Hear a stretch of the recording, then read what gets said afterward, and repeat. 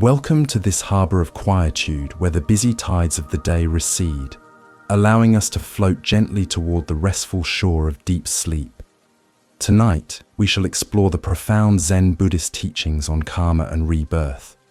understanding that karma is not mere fate or punishment, but a wisdom of action and consequence, a universal law where the seed of intention determines the fruit of experience.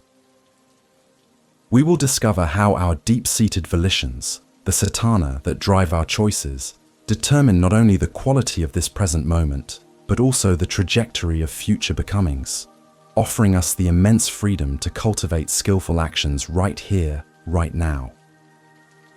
Before we fully settle, take a moment to acknowledge the distance we travel together and leave a quiet comment below, letting us know where in the world you are tuning in from and what time the moon hangs in your sky, creating a silent community of peace across the continents.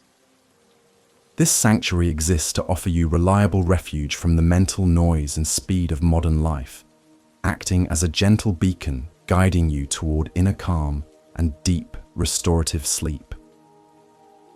If this place feels like a welcome stop on your journey toward mindfulness and tranquility, please consider subscribing to maintain this harbor of peace, ensuring that these soothing stories and contemplative insights remain freely available to anyone who needs to drop their burdens at the threshold of night.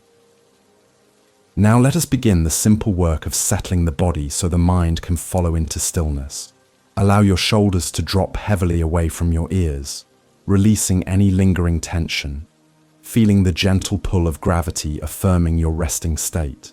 inviting every muscle to soften and surrender until tomorrow's light returns. Finding the path of right action. As the velvet darkness deepens outside your window, wrapping the world in a necessary blanket of silence, we turn our attention inward, recognizing the first act of responsibility, the deep, rhythmic breath that sustains us without conscious demand, the gentle in and out that defines our existence. This fundamental rhythm is a profound reminder that even the most unconscious movements of our life are driven by an underlying energy, a volitional force, which Buddhist philosophy terms satana, or intention, the very core of what creates karma. Our mission tonight is simply to observe this process, letting go of any judgment about past actions, and merely allowing the current moment to be one of pure, skillful intention. The intention to rest deeply, to cultivate peace, and to be present with this experience of tranquil descent. We begin our journey by imagining ourselves stepping onto an ancient road, a path that has witnessed the passage of countless travelers and the accumulation of innumerable stories, a metaphor for the continuous stream of consciousness that moves through our lives. The ground beneath our feet is solid, slightly uneven, demanding a steady attention that is both focused and utterly relaxed, mirroring the mindful awareness needed to navigate the moral landscape of daily existence. This road stretches into the distant darkness, not threateningly, but invitingly, suggesting the limitless possibility inherent in every footstep and every choice, reminding us that we are the sole cartographers of our inner landscape through the power of present volition. In this contemplative space, the term right action from the Noble Eightfold Path transcends mere moral policing. It becomes the practice of aligning our physical and verbal behaviors with the deepest wisdom of compassion and non-harm. We realize that even in the quiet act of lying still, we are performing an action, the action of non-doing, of resting, of restoration, which is profoundly skillful and necessary for well-being. This mindful stillness is the foundation from which all truly beneficial external actions spring, ensuring that when we do engage with the world again, our energy is renewed, our sight is clear, and our intentions are genuinely rooted in kindness rather than exhaustion or reaction.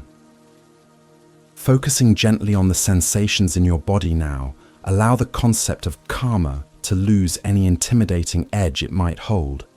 replacing it with the simple scientific reality that energy expended in one form returns in another, ensuring a cosmic balance. The warmth spreading through your limbs is the karmic reward of settling down. The relaxation in your mind is the fruit of choosing this moment of quietude over distraction.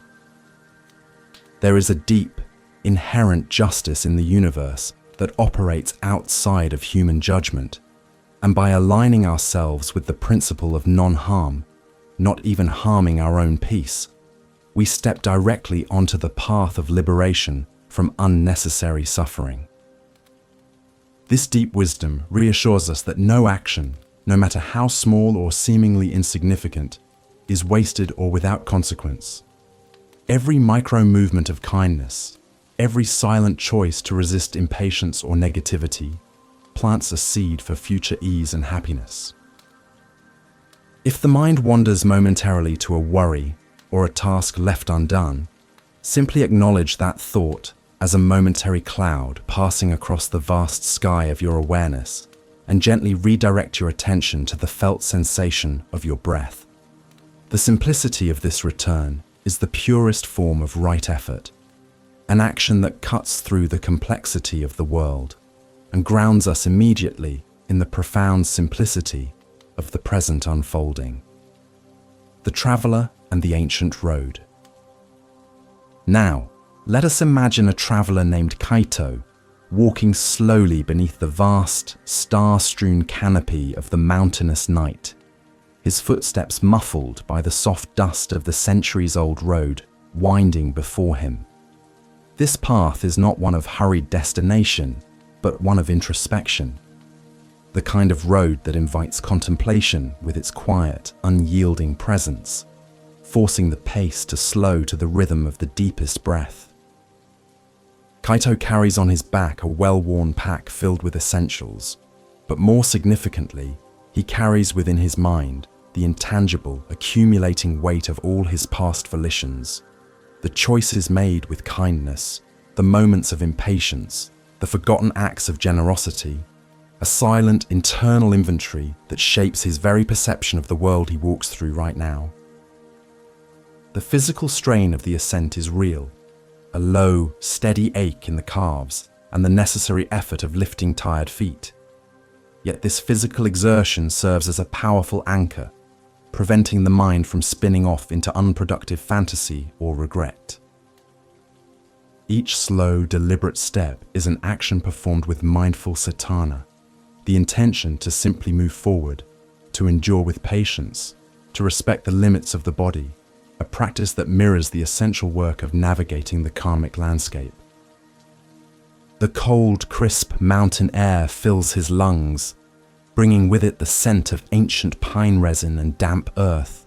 a primal aroma that grounds the consciousness far away from the complexities of civil life and centers it on the immediate, tangible reality of the present moment.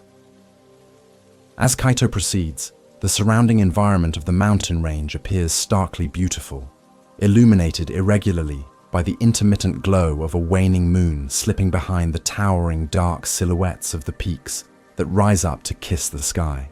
The silence here is immense and palpable, broken only by the distant rhythmic sound of the wind sighing softly through the high rock formations, a sound that seems to carry the echoes of timelessness and impermanence. This austerity is a teaching in itself, stripping away the trivial and forcing the traveler to confront the raw materials of his own existence and the simple, profound reality that every moment is a fresh starting point, unburdened by the past unless we choose to cling to its shadow. The winding road itself serves as a profound metaphor for the journey through samsara, the continuous cycle of birth, death, and becoming, reminding Kaito that the path forward is never entirely straight or easy, and that obstacles are not punishments but inherent conditions of the landscape. He understands, through years of quiet contemplation, that the quality of his rebirths, the quality of his next moment, his next thought, his next life, is being determined not by any external deity, but solely by the quality and direction of the intention he holds as he walks. This realization dissolves the sense of being a victim of circumstance and empowers him with the knowledge that freedom lies in the purity of the will he exerts right now. Kaito pauses for a long moment beside a patch of rugged mountain heather, feeling the subtle vibration of the earth beneath his feet, allowing the deep, restful quietude of the surroundings to seep into the weary corners of his mind. He reflects on the Buddhist teaching that the results of past actions are not necessarily stored as rewards or penalties waiting to be dispensed, but rather as energetic imprints that ripen naturally when the corresponding conditions arise, much like a seed needing specific light and moisture to sprout into its particular form. This understanding softens the harshness of memory, transforming regret into a practical tool for shaping a more compassionate future. The air is thin and exquisitely clear up here, enhancing his senses. He can hear the quiet, steady beat of his own heart, a reliable metronome marking the time of his existence and confirming his vital presence in the cosmic dance. The journey is not about reaching a far-off destination quickly, but about perfecting the act of traveling itself, ensuring that each step leaves behind a footprint of beneficial energy, minimizing disturbance and maximizing kindness toward the unseen. Quiet life forms thriving in the mountain shadows. This focused attention on the mechanics of walking becomes a powerful form of walking meditation, dissolving the illusion of a separate, permanent self who is suffering or striving. He remembers an ancient saying, "We are shaped by our thoughts. We become what we think." As he walks, Kaito consciously cultivates thoughts of ease and non-harm, dissolving the mental residue of any impatience or frustration encountered earlier in the day, washing the slate of his awareness clean with the cool, metaphorical mountain water of stillness. The sheer vastness of the natural world surrounding him,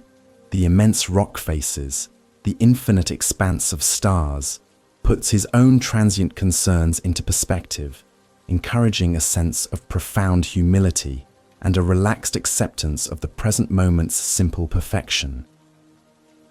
The silence is broken only occasionally by the rustle of leaves or the distant call of a night bird, subtle sounds that remind the traveler of the ceaseless, dependent arising of all phenomena,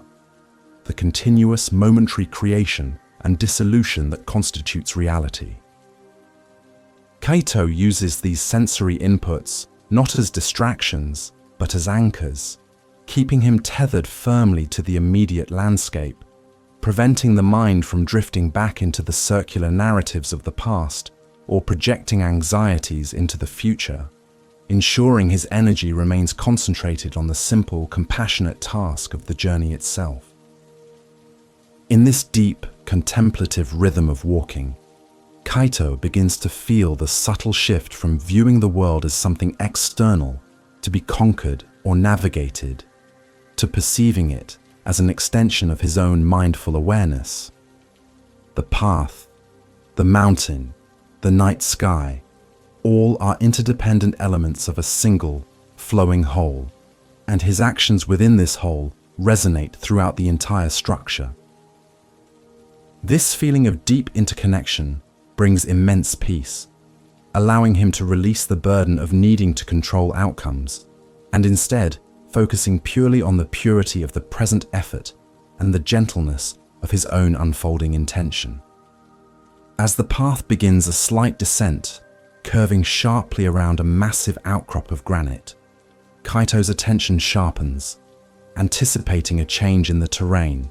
prepared for whatever the road may present as its next teaching or challenge. He breathes deeply one last time, inhaling the profound purity of the night, ready to encounter the next opportunity for skillful action that the universe, in its compassionate wisdom, is inevitably preparing to lay directly in his path. knowing that the quality of his response is the entirety of his karmic practice. The parable of the overturned stone. Rounding the sharp bend of the path, Kaito's forward momentum is subtly checked by the appearance of an anomaly on the otherwise clear gravel. A sizable, heavy piece of rock, perhaps dislodged by a recent tremor or heavy rain, now rests awkwardly across approximately 1/3 of the narrow roadway. The obstacle is not completely insurmountable. A careful traveler could easily maneuver around its lower edge, hugging the inside wall of the cliff face, carrying the burden of their possessions without significant delay or difficulty. Yet, the stone's placement is menacing, a silent, dark hazard that blends deceptively into the night shadows, posing a serious, potentially dangerous challenge for any subsequent traveler who might be less alert, perhaps riding a horse or walking in deeper, less mindful exhaustion. Kaito immediately stops, planting his feet firmly, allowing his gaze to fix upon the silent, inanimate lump of granite, recognizing in it a sudden, quiet test of his ethical commitment. He observes the stone not merely as a physical obstruction to his personal journey, but as an energetic condition introduced into the flow of the collective path, analyzing the potential chain of suffering that might unfold from a simple decision of neglect. He could easily justify passing by, arguing that his journey is long and his energy is limited, rationalizing the minimal imposition it presents to him personally, thus choosing the path of convenience and self-interest, a deeply rooted human habit. The profound teaching of karma emphasizes that consequences arise not only from harmful actions, karma vipaka, but equally from intentional inaction or negligence when we possess the capacity to alleviate potential suffering. Kaito contemplates the silent, corrosive karma generated by omission, the knowing choice to ignore a danger that one is capable of removing, transferring the risk onto the shoulders of unknown future beings. In the quiet darkness, this subtle ethical dilemma, the choice between ease now and responsibility toward the collective good, crystallizes with intense clarity, embodying the essence of right action as a moment-to-moment commitment to benefit all sentient life. The cool night air seems to press around him, intensifying the quiet urgency of the moment, and Kaito feels the slight pull of weariness that encourages the selfish choice, the temptation to simply continue moving toward the comfort of eventual rest. He counters this subtle egoic urge by deliberately slowing his breathing even further, allowing the pure, unconditioned space of his awareness to observe the situation without the filter of personal desire or aversion, seeking the deepest, most compassionate response. He knows the choice is not about being a good person to earn merit, but about acting from a place of genuine, unattached, universal care. He envisions a hypothetical, exhausted traveler arriving at this spot after a long day, perhaps stumbling in the deeper shadow, their injury becoming the direct, painful fruit of Kaito's current unwillingness to act. This mental visualization instantly dissolves the argument for personal convenience, shifting the focus entirely onto the principle of ahimsa, or non-harm. The true weight of the stone lies not in its physical mass, but in the potential suffering it represents, a burden which, once recognized, becomes impossible for a mind trained in compassion to simply walk away from without intervention. The wind whispers around the rocky outcrop, a desolate sound that seems to encourage the traveler to retreat into the safety of subjective experience, to ignore the shared objective reality of the path. However, Kaito recalls the profound words of the Bodhisattva vow, the promise to dedicate one's life to the liberation of all beings, and understands that this small act of moving the stone is an immediate, accessible expression of that immense, cosmic aspiration. This simple obstacle transforms into a perfect opportunity for dana, generosity, a gift of safety given without expectation of thanks or recognition. He recognizes that true peace, the kind that permeates deeply enough to allow for restorative rest, cannot be achieved by running from responsibility or selectively engaging with the world. It is found only in the steady, unwavering commitment to right action, regardless of the effort required. The stone on the path is a mirror reflecting the hidden obstacles within his own mind, the inertia, the selfishness, the attachment to comfort, and by tackling the physical obstruction, he simultaneously clears the metaphysical clutter of his own consciousness, making the path toward peace clearer for both himself and others. Kaito takes a single, centering breath, accepting the fatigue that the extra exertion will surely bring, but understanding that this fatigue is a small price for the immense clarity and profound, quiet merit earned by safeguarding the journey of unseen others. He allows a feeling of deep, serene determination to settle into his core, realizing that the most powerful karmic actions are often the simplest ones, performed in obscurity, purely out of compassion, and not for public acclaim or personal reward. He prepares his body for the immediate, necessary exertion, flexing his knees and centering his balance, ready to address the challenge with a focused, unhurried strength. The decision has been made, rooted in the foundational wisdom of interconnection and responsibility, transforming the act of clearing the path into a silent, potent meditation on ethical living. This action, born of pure intention, begins to plant the seeds of future ease and liberation, assuring a deeply tranquil mind for the night ahead. He takes one final slow inhale of the cold night air, acknowledging the weight and preparing to engage with the granite, knowing that the action itself, divorced from the result, is the entirety of the Dharma teaching. The movement is about to begin, an essential, quiet rearrangement of the physical and karmic landscape. The effortless action, Nirodha. Kaito plants his feet wide, finding a stable, grounded connection with the earth before approaching the massive, irregular granite mass that lies like a sullen hump across the traveler's path, breathing in deeply to fill his core with steady, measured air. His body is instantly recognized not as a source of personal fatigue or weakness, but as a finely tuned instrument, a tool of compassion uniquely capable of effecting change in the material world, and he allows the mind to settle into a deep state of quiet focus, free from the chatter of complaint or anticipation. He observes the stone's specific contours, calculating the best point of contact and leverage, understanding that efficiency is not merely about brute force, but about applying mindful intelligence to minimize strain and maximize safety, respecting the energy he has available for the long journey ahead. He understands clearly that the objective is not to struggle or to wrestle with the obstacle, but to integrate the action into the smooth, continuous flow of his mindful awareness, turning the physical effort into a living form of meditation.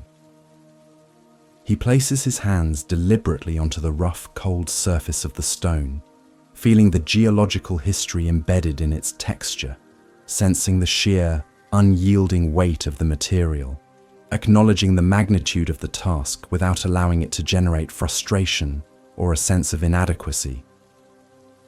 The goal is simply to shift the stone enough to restore the integrity of the path for all who follow, an act performed solely for the benefit of the collective, unburdened by any expectation of recognition or reward from the silent, star-filled night. With a final conscious exhale that releases any lingering tension, Kaito engages his core muscles and applies a slow, steady force, coordinating the upward push with a deep, deliberate inhalation that anchors the mind entirely to the present moment of exertion. The heavy rock resists fiercely at first, grating slightly against the compacted gravel beneath it with a low, scraping sound that momentarily breaks the night's silence. A sound that speaks of ancient friction and displaced inertia. The muscles in his back and legs activate powerfully, stretching tautly against the sudden demand, yet his face remains serene and his breath remains unhurried, demonstrating the profound Buddhist principle that intense physical effort need not disturb the fundamental tranquility of the heart. He uses the ancient technique of focused breath control, drawing the breath deep into his abdomen and releasing it slowly against the pressure of the lift, ensuring that the prana, or vital energy, is directed entirely toward the beneficial action, preventing the mind from becoming tangled in narratives of difficulty or self-pity. This focused discipline transforms what could be a burdensome chore into an exercise of profound spiritual practice, maintaining the non-dualistic realization that the actor, the action, and the object being acted upon are all temporary, interdependent aspects of the same flowing reality. The physical struggle dissolves into pure movement, executed with a singular, unattached intention. The sheer effort requires the complete, momentary suspension of all other thoughts, effectively clearing the mind just as surely as the most profound seated meditation, as the overwhelming immediacy of the task demands total concentration on the body's connection to the granite mass. In this total absorption, there is no space left for the self that feels tired, the self that worries about time, or the self that desires praise, leaving only the pure impersonal energy of the correct effort, samyak viyayama, dedicated to the cessation of potential harm. This selfless concentration is the very essence of non-clinging karma, ensuring that the deed plants a seed of liberation rather than a seed of further entanglement in the cycle of suffering. Slowly, arduously, the massive stone yields just enough to be leveraged onto its side, allowing Kaito to use the newly created gap to slide it deliberately toward the inside edge of the path, resting it securely against the immovable granite cliff face, where it can no longer obstruct the passage of others. The sound of the stone settling into its new, harmless position is heavy and definitive, a satisfying auditory marker of the completion of the benevolent task, a small victory for communal safety accomplished entirely in the lonely anonymity of the dark mountain night. The immediate relief is not purely physical, but spiritual, the feeling of having balanced a small, momentary imbalance in the universe's ethical account. After taking a moment to survey the newly cleared path, ensuring the stone is positioned safely and securely, Kaito consciously releases the tension from his shoulders and flexes his hands, feeling the warm, vigorous rush of blood returning to his extremities. There is no sense of exhausting depletion, but rather an infusion of quiet energy,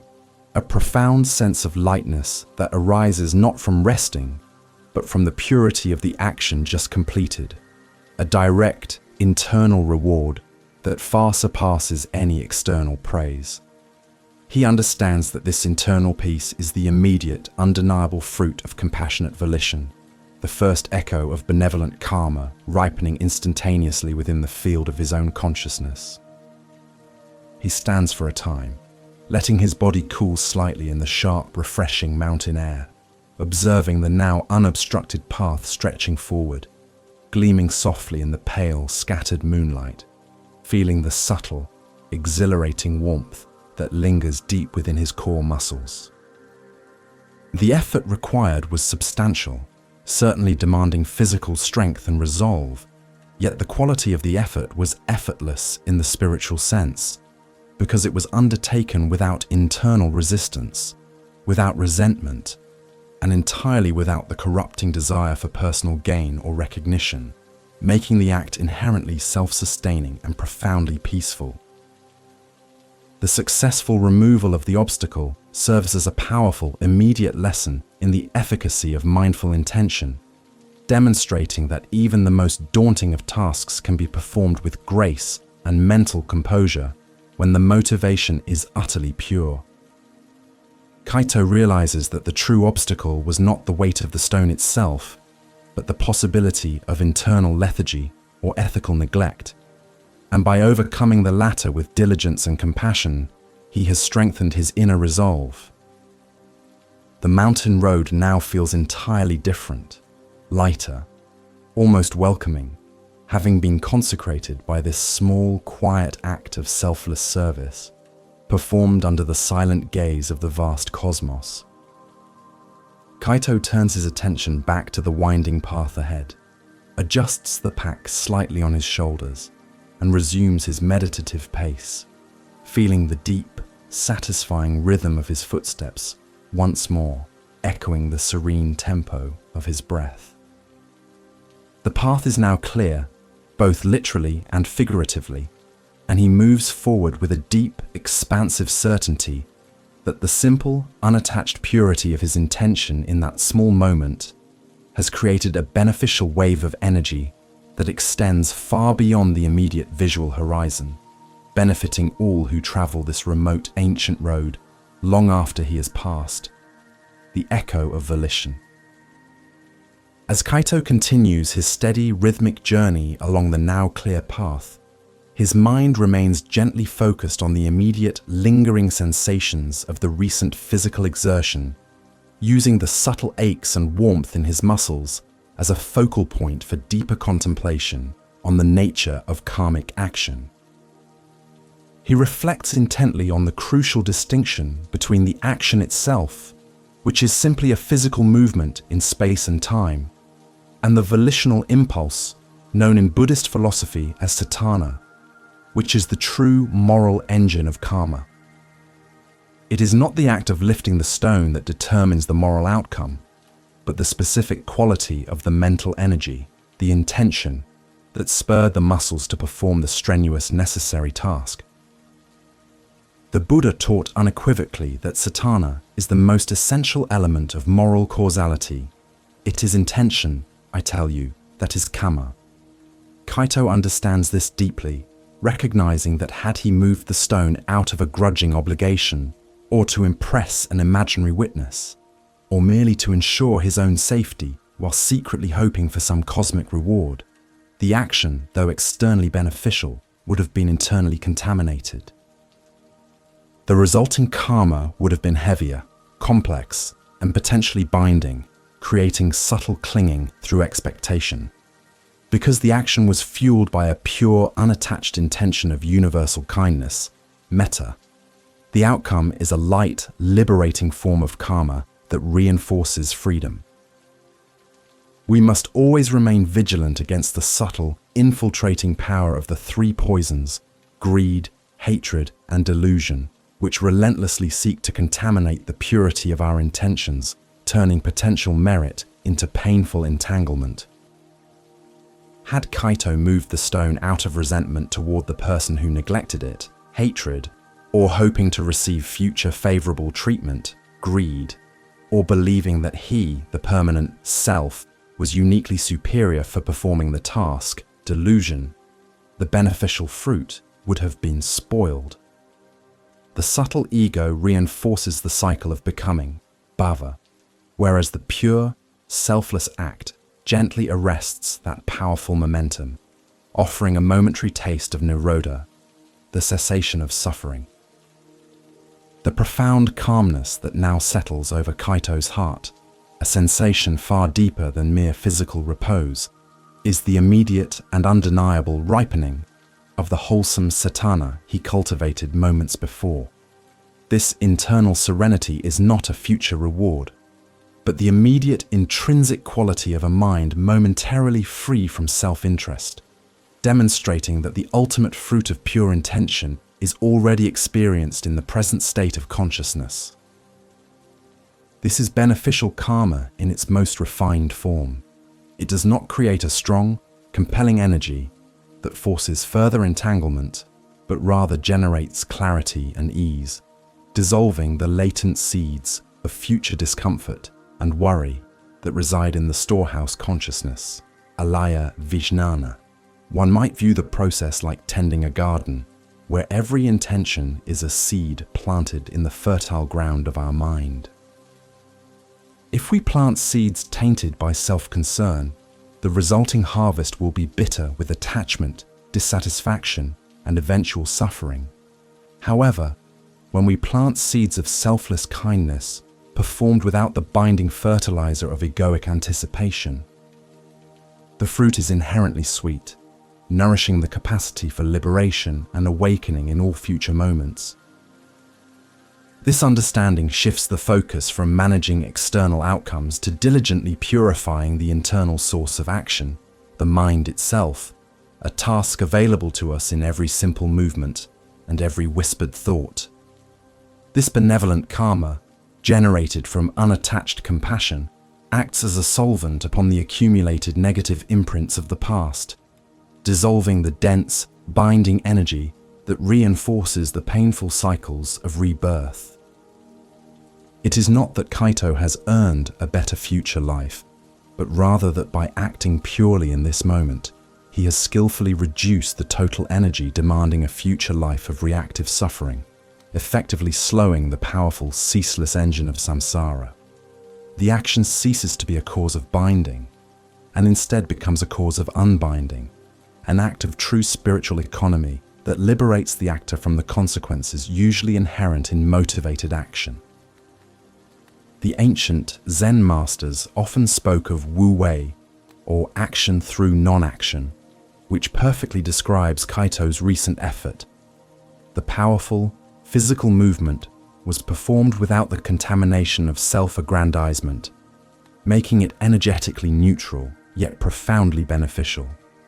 They teach, the superior person acts without expectation, achieves without claiming credit, and completes the work without dwelling on it. Kaito instinctively embodied this wisdom. He performed the necessary work simply because it was the correct, compassionate response to the moment, and the resultant peace is the natural, unforced echo of that quiet, perfect volition, a peace that demands nothing in return. The subtle heat remaining in Kaito's muscles provides a gentle, tangible reminder of the power channeled through his body, a warmth that feels cleansing and righteous, contrasting sharply with the coldness of the granite and the crisp night air, serving as the body's own immediate confirmation of right practice. This physical warmth reinforces the mental clarity, solidifying the realization that the path to liberation is not found in ascetic denial of action, but in the skillful, intentional performance of action rooted solely in compassion and understanding, integrating spiritual pursuit directly into the fabric of everyday reality. The impermanence of the physical relief gained by clearing the path is immediately apparent. Tomorrow, another obstacle might arise, demanding fresh effort and renewed focus. However, the lasting, purifying effect of the pure intention embedded in the action is eternal, influencing the character and destiny of the consciousness long after the muscle ache subsides. Kaito understands that his work is never truly done, but each mindful action strengthens the muscle of compassion, making the next ethical choice easier, lighter, and more profoundly automatic, guiding him toward the complete, tranquil abandonment of the wheel of suffering. As the path begins to descend slightly, leading him toward the sound of distant, quiet rushing water, Kaito allows his awareness to expand, moving beyond the personal anecdote of the stone to the vast network of interconnected existence. He begins to contemplate how the actions of many travelers, both present and historical, have subtly shaped this entire environment, anticipating the teaching that awaits him at the dried riverbed, where the larger consequences of human action or profound lack of foresight will become starkly, beautifully visible: the seed and the riverbed. Kaito continues his steady, measured walk, down the gradual slope of the mountain path, allowing the subtle, beneficial warmth from his recent effort to slowly dissipate, transforming into a deep, pervasive sense of centered calm that anchors his spirit firmly in the present moment. As he descends, the crisp, granite-laced air of the higher elevations begins to soften, giving way to a drier, more earthy scent carried on the gentle movement of the cool night breeze, signaling a definite change in the immediate ecosystem surrounding him. He is listening intently, expecting to hear the distinct, comforting murmur of running water that usually announces the presence of a mountain stream or a substantial river, a sound that is universally soothing and reassuring to any weary traveler. The expected sound, however, remains conspicuously absent, replaced instead by an unnerving, profound silence that presses in from the shadows and seems to absorb all other ambient noise, creating a disconcerting void in the natural symphony of the high hills. This lack of the vital, flowing sound of water introduces a subtle tension into the environment, forcing Kaito's contemplative mind to shift its focus from the small, localized karma of the single stone to the larger, more complex tapestry of collective causality and environmental consequence. He slows his steps slightly, moving with increased care, recognizing that the very landscape itself is now presenting a new, unexpected lesson regarding the widespread ramifications of human intention and action, extending far beyond the immediate visibility of his personal path. Eventually, the path opens out onto a wide, desolate expanse of pale, fine silt and compacted gravel, unmistakably the former bed of what must have been a substantial and powerful river, now lying utterly stripped and baked under the unflinching gaze of the moon. Where once the vigorous, life-giving currents surged and roared through the valley, carving deep, swirling pools and nourishing rich banks of verdant flora, there is now only the vast, sterile flatness of dry earth intersected by jagged lines of exposed, ancient bedrock that show the deep channels of water's relentless former passage. The visual shock of this profound absence is stark and immediately sobering, presenting a palpable image of consequence and neglect far greater than any single misplaced boulder. He steps carefully onto the sun-baked, cracked surface, the fine dust rising slightly with each soft footfall, tasting like dry clay and minerals on the back of his throat. The texture of the lifeless ground feeling strangely hollow and unresponsive beneath the leather of his sandals. Kaito stands absolutely still, allowing the silence of the dry riverbed to fully permeate his awareness, sensing the ghostly presence of the immense volume of water that once flowed here, and contemplating the powerful, aggregated human decisions that collectively diverted this vital artery of the landscape, prioritizing one need, perhaps agriculture or power, over the essential ecological balance of the entire valley system.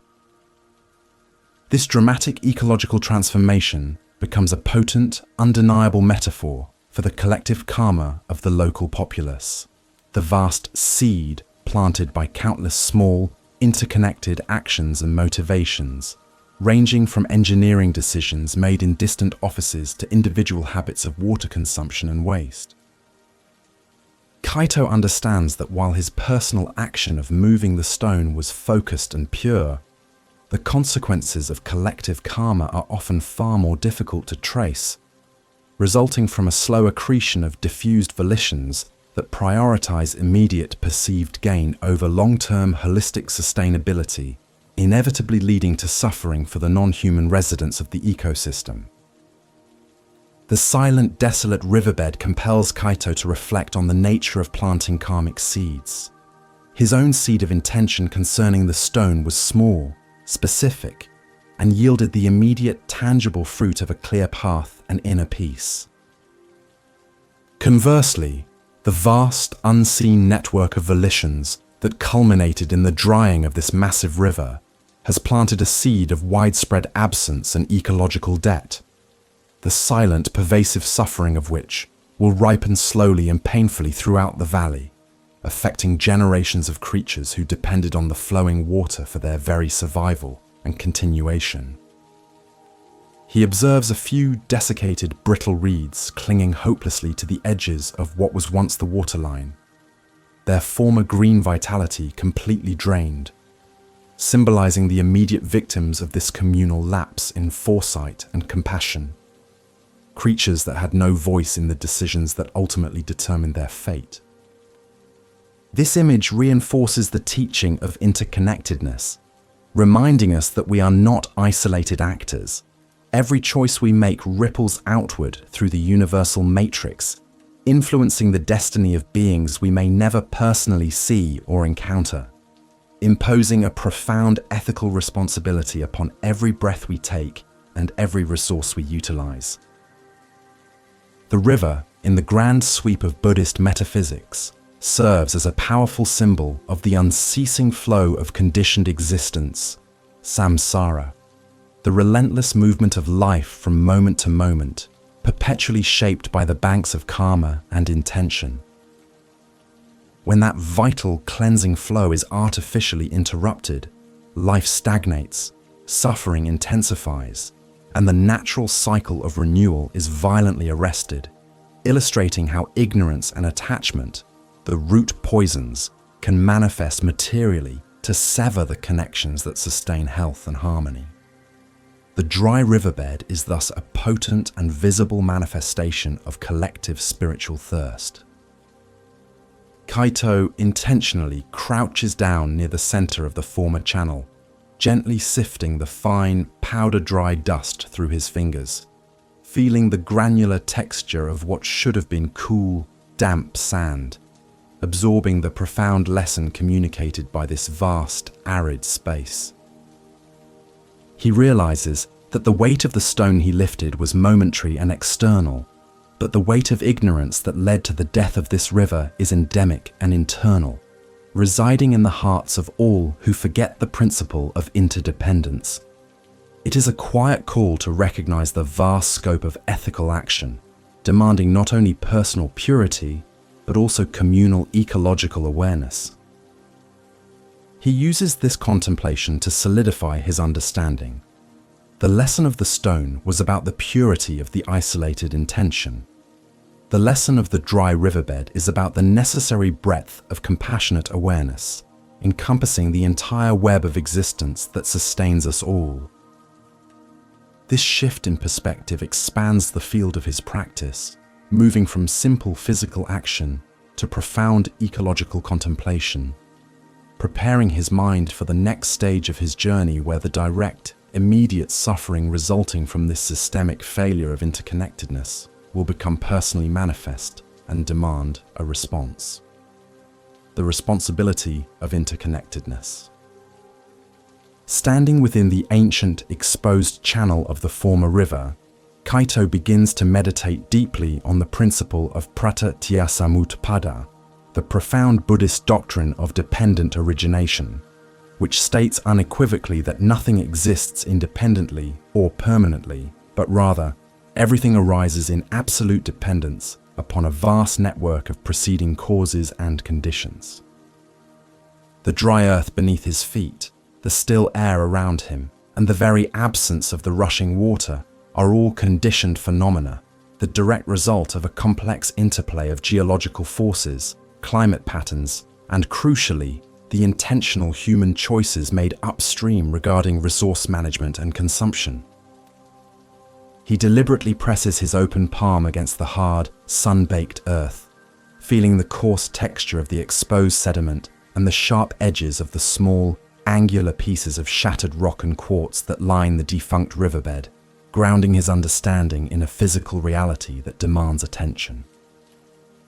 This desolate landscape is a physical manifestation of a spiritual truth. When the conditions supporting life, in this case, flowing water, are carelessly removed or diverted, the entire dependent chain collapses, demonstrating with chilling clarity that even the largest and seemingly most permanent systems are deeply fragile and vulnerable to the smallest change in contributing factors. The vastness of this former waterway compels the mind to trace the invisible threads of connection that radiate outwards from this sterile center, recognizing that the absence of water here immediately means the absence of sustenance for the microscopic organisms, the burrowing insects, the amphibians, the birds, and the larger mammals that rely on the stream system for survival. This widespread suffering, the collective thirst, the forced migration, the permanent ecological shift, is the vast bitter fruit that has ripened from the initial seeds of short-sighted, self-serving intentions planted by those who diverted the flow further up the valley. A specific dry mineral scent permeates the air, a hot, metallic odor of dried earth and heated stone that is utterly devoid of the damp, earthy fragrance of healthy life or the cool, clean scent of moving currents. This olfactory emptiness is a powerful sensory testament to the death of the dependent ecosystem. The silence is not just the absence of rushing water, but the cessation of the countless tiny sounds of life, the clicking of aquatic insects, the croaking of frogs, the rustle of reeds, all silenced by the collective karmic consequence of human non-mindfulness and the powerful delusion of separateness. Kaito reflects on the cyclical nature of action and reaction, understanding that the river's dryness is not a punishment handed down by a divine entity, but the natural, impersonal culmination of causes set in motion by sentient beings. When intentions are rooted in grasping and ignorance, they generate forces, sankharas, that perpetuate the cycle of suffering, and those forces inevitably condition the environment in which the beings must eventually find themselves, thus ensuring that the suffering returns to the source that initiated the imbalance, the community living in the valley. The immediate responsibility of finding water for himself is superseded by the profound ethical realization that this entire local ecosystem is suffering the effects of a massive shared debt,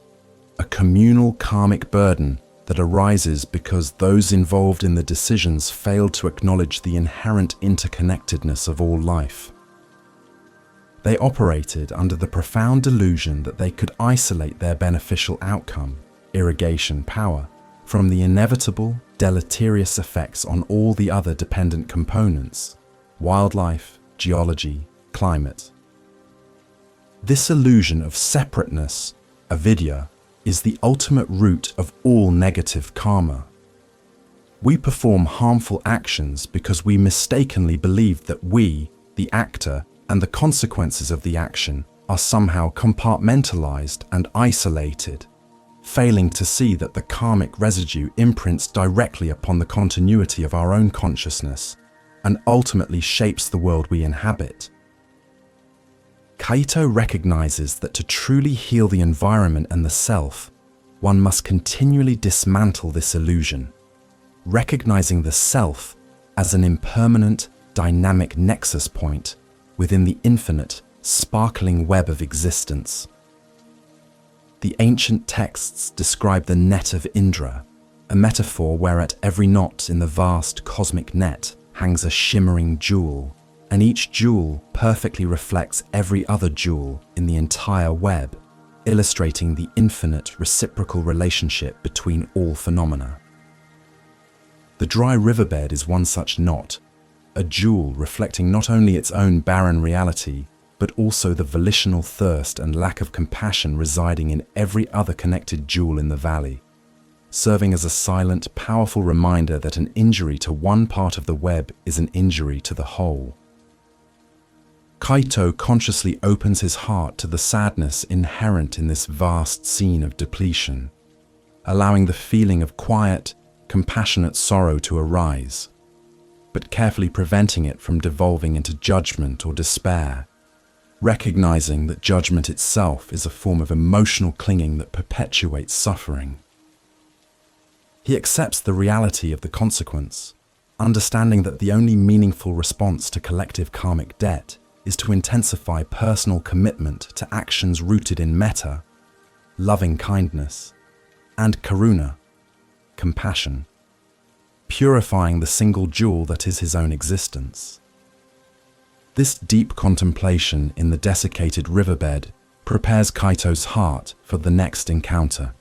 strengthening his resolve to meet the immediate consequences of this pervasive karmic debt, not with philosophic distance, but with immediate, practical, and compassionate action. Understanding that even the smallest effort to alleviate suffering breaks the powerful momentum of the negative cycle. He lifts his gaze, noticing a slight movement near the far bank, a flicker of desperate life clinging precariously to existence. A small, suffering animal whose fate is the direct, painful manifestation of the valley's collective oversight. The mirror of suffering. From his quiet, contemplative vantage point in the desolate center of the dried riverbed, Kaito's attention is immediately captured by the sudden, minute flicker of movement near the shadowy, distant bank. A movement that is simultaneously hesitant and profoundly desperate against the uniform sterility of the lifeless environment. As he focuses his vision, he discerns the fragile, low-slung form of a small mountain deer, or perhaps a mature fox, standing motionless amidst the bleached, desiccated underbrush, its coat appearing dusty and dull, its eyes wide and strained with an unmistakable, profound thirst. The creature's very existence in this barren place, its visible struggle against the crushing exhaustion of dehydration and heat, becomes an immediate and devastatingly clear visual manifestation of the collective karmic consequence. A direct living mirror reflecting the suffering and deep spiritual thirst that has swept across the entire valley due to collective oversight and environmental neglect. The animal's suffering is palpable, radiating a silent intensity into the immense arid silence of the empty river channel, making the philosophical contemplation of vast causality immediately intensely personal and urgent. Kaito observes the creature's labored, shallow breaths and the way it shifts its weight restlessly, unable to find comfort or relief from the merciless, bone-dry heat that rises in shimmering waves from the exposed, cracked earth around it. This is dukkha, suffering in its raw, unadorned form, the inherent painfulness of conditioned existence, manifesting in this small, vulnerable being who is enduring the bitter fruit ripened from seeds of human ignorance and attachment to immediate, short-term gain, reminding Kaito that ethical action must always precede intellectual understanding. Recognizing the immense terror and vulnerability of the thirsty creature, Kaito begins his approach with an almost exaggerated, deliberate slowness, moving across the abrasive, dry surface of the riverbed with a profound stillness and gentleness, careful not to displace any stones or make any sudden, alarming sounds that might frighten the already traumatized animal. He lowers his entire body into a crouch a careful distance away, radiating a feeling of unwavering calm and non-aggression, utilizing the deep somatic stillness cultivated during his earlier meditation to communicate safety. The scent of hot mineral dust and dried vegetation is momentarily eclipsed by the slight, sharp, coppery scent of the animal's fear, emphasizing the delicate, fraught nature of this fragile encounter between two beings facing the same extreme environment. He settles himself patiently on the ground, his spine upright and still against the heat, and with movements that are measured and controlled, he reaches for the small, precious leather water skin tucked securely into his sash, the action unfolding like a ritual of offering. The soft, rhythmic creak of the leather as he carefully unties the thong, followed by the louder, distinct metallic click of the cap being slowly opened, seems to echo unnaturally in the profound, consuming silence of the barren landscape, amplifying the immense, vital importance of the liquid resource contained within. The action is performed without any trace of hurry or anxiety, solely focused on the intention to alleviate the animal's pain. embodying the perfection of mindful, compassionate action that seeks only to diminish suffering, not to gain any personal merit or reward. With immense care, recognizing the fragility of the remaining supply and the deep scarcity of water in this desolate region, Kaito pours only a small, carefully managed amount of the cool, life-sustaining liquid into the smooth, shallow hollow formed by the cup of his two palms, presenting this offering low to the ground. The water sits pooled, catching the pale, diffuse moonlight, a fragile, trembling mirror reflecting the vast, dark sky above, symbolizing the immeasurable value of generosity, dana, in a context of profound lack. This immediate physical sacrifice of his own comfort and resource highlights the true meaning of non-attachment, willingly parting with a necessity for the benefit of another, planting a seed of pure, selfless intention, free from the grasping desire to hoard. The thirsty animal hesitates for a long, anxious moment, its entire being coiled tight in a primal conflict between the deep, overwhelming instinctual need for water and the ingrained survival-based terror of the large human presence seated nearby.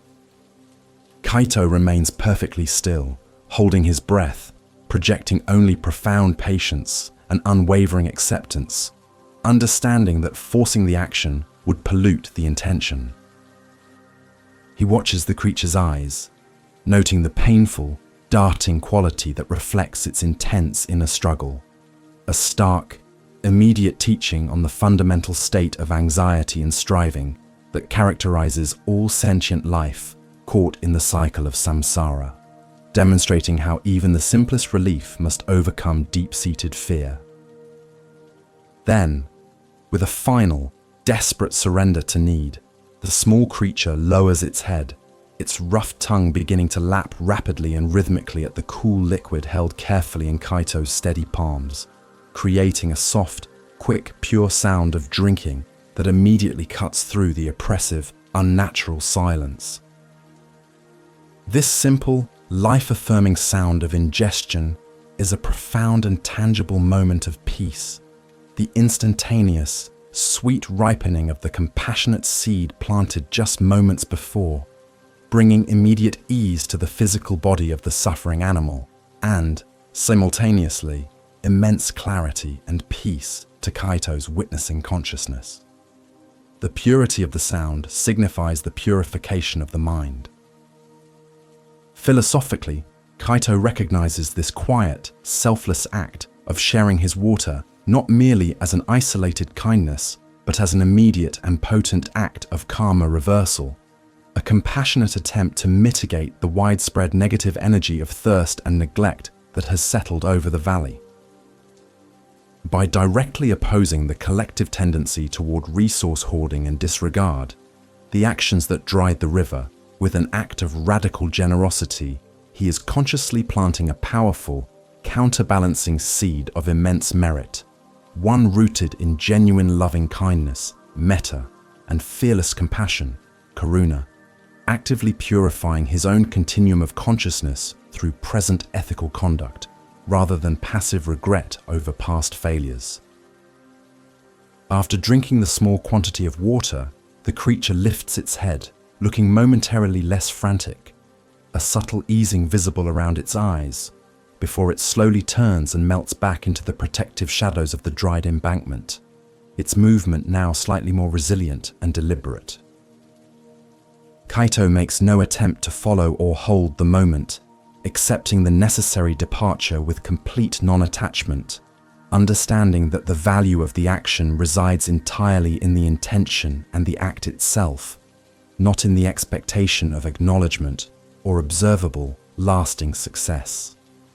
He allows the immediate, beneficial result to pass, ensuring that the fruit of the action does not become a new source of clinging or self-congratulation, which would repollute the initial purity of the intent. Kaito gently secures the cap on his water skin once more,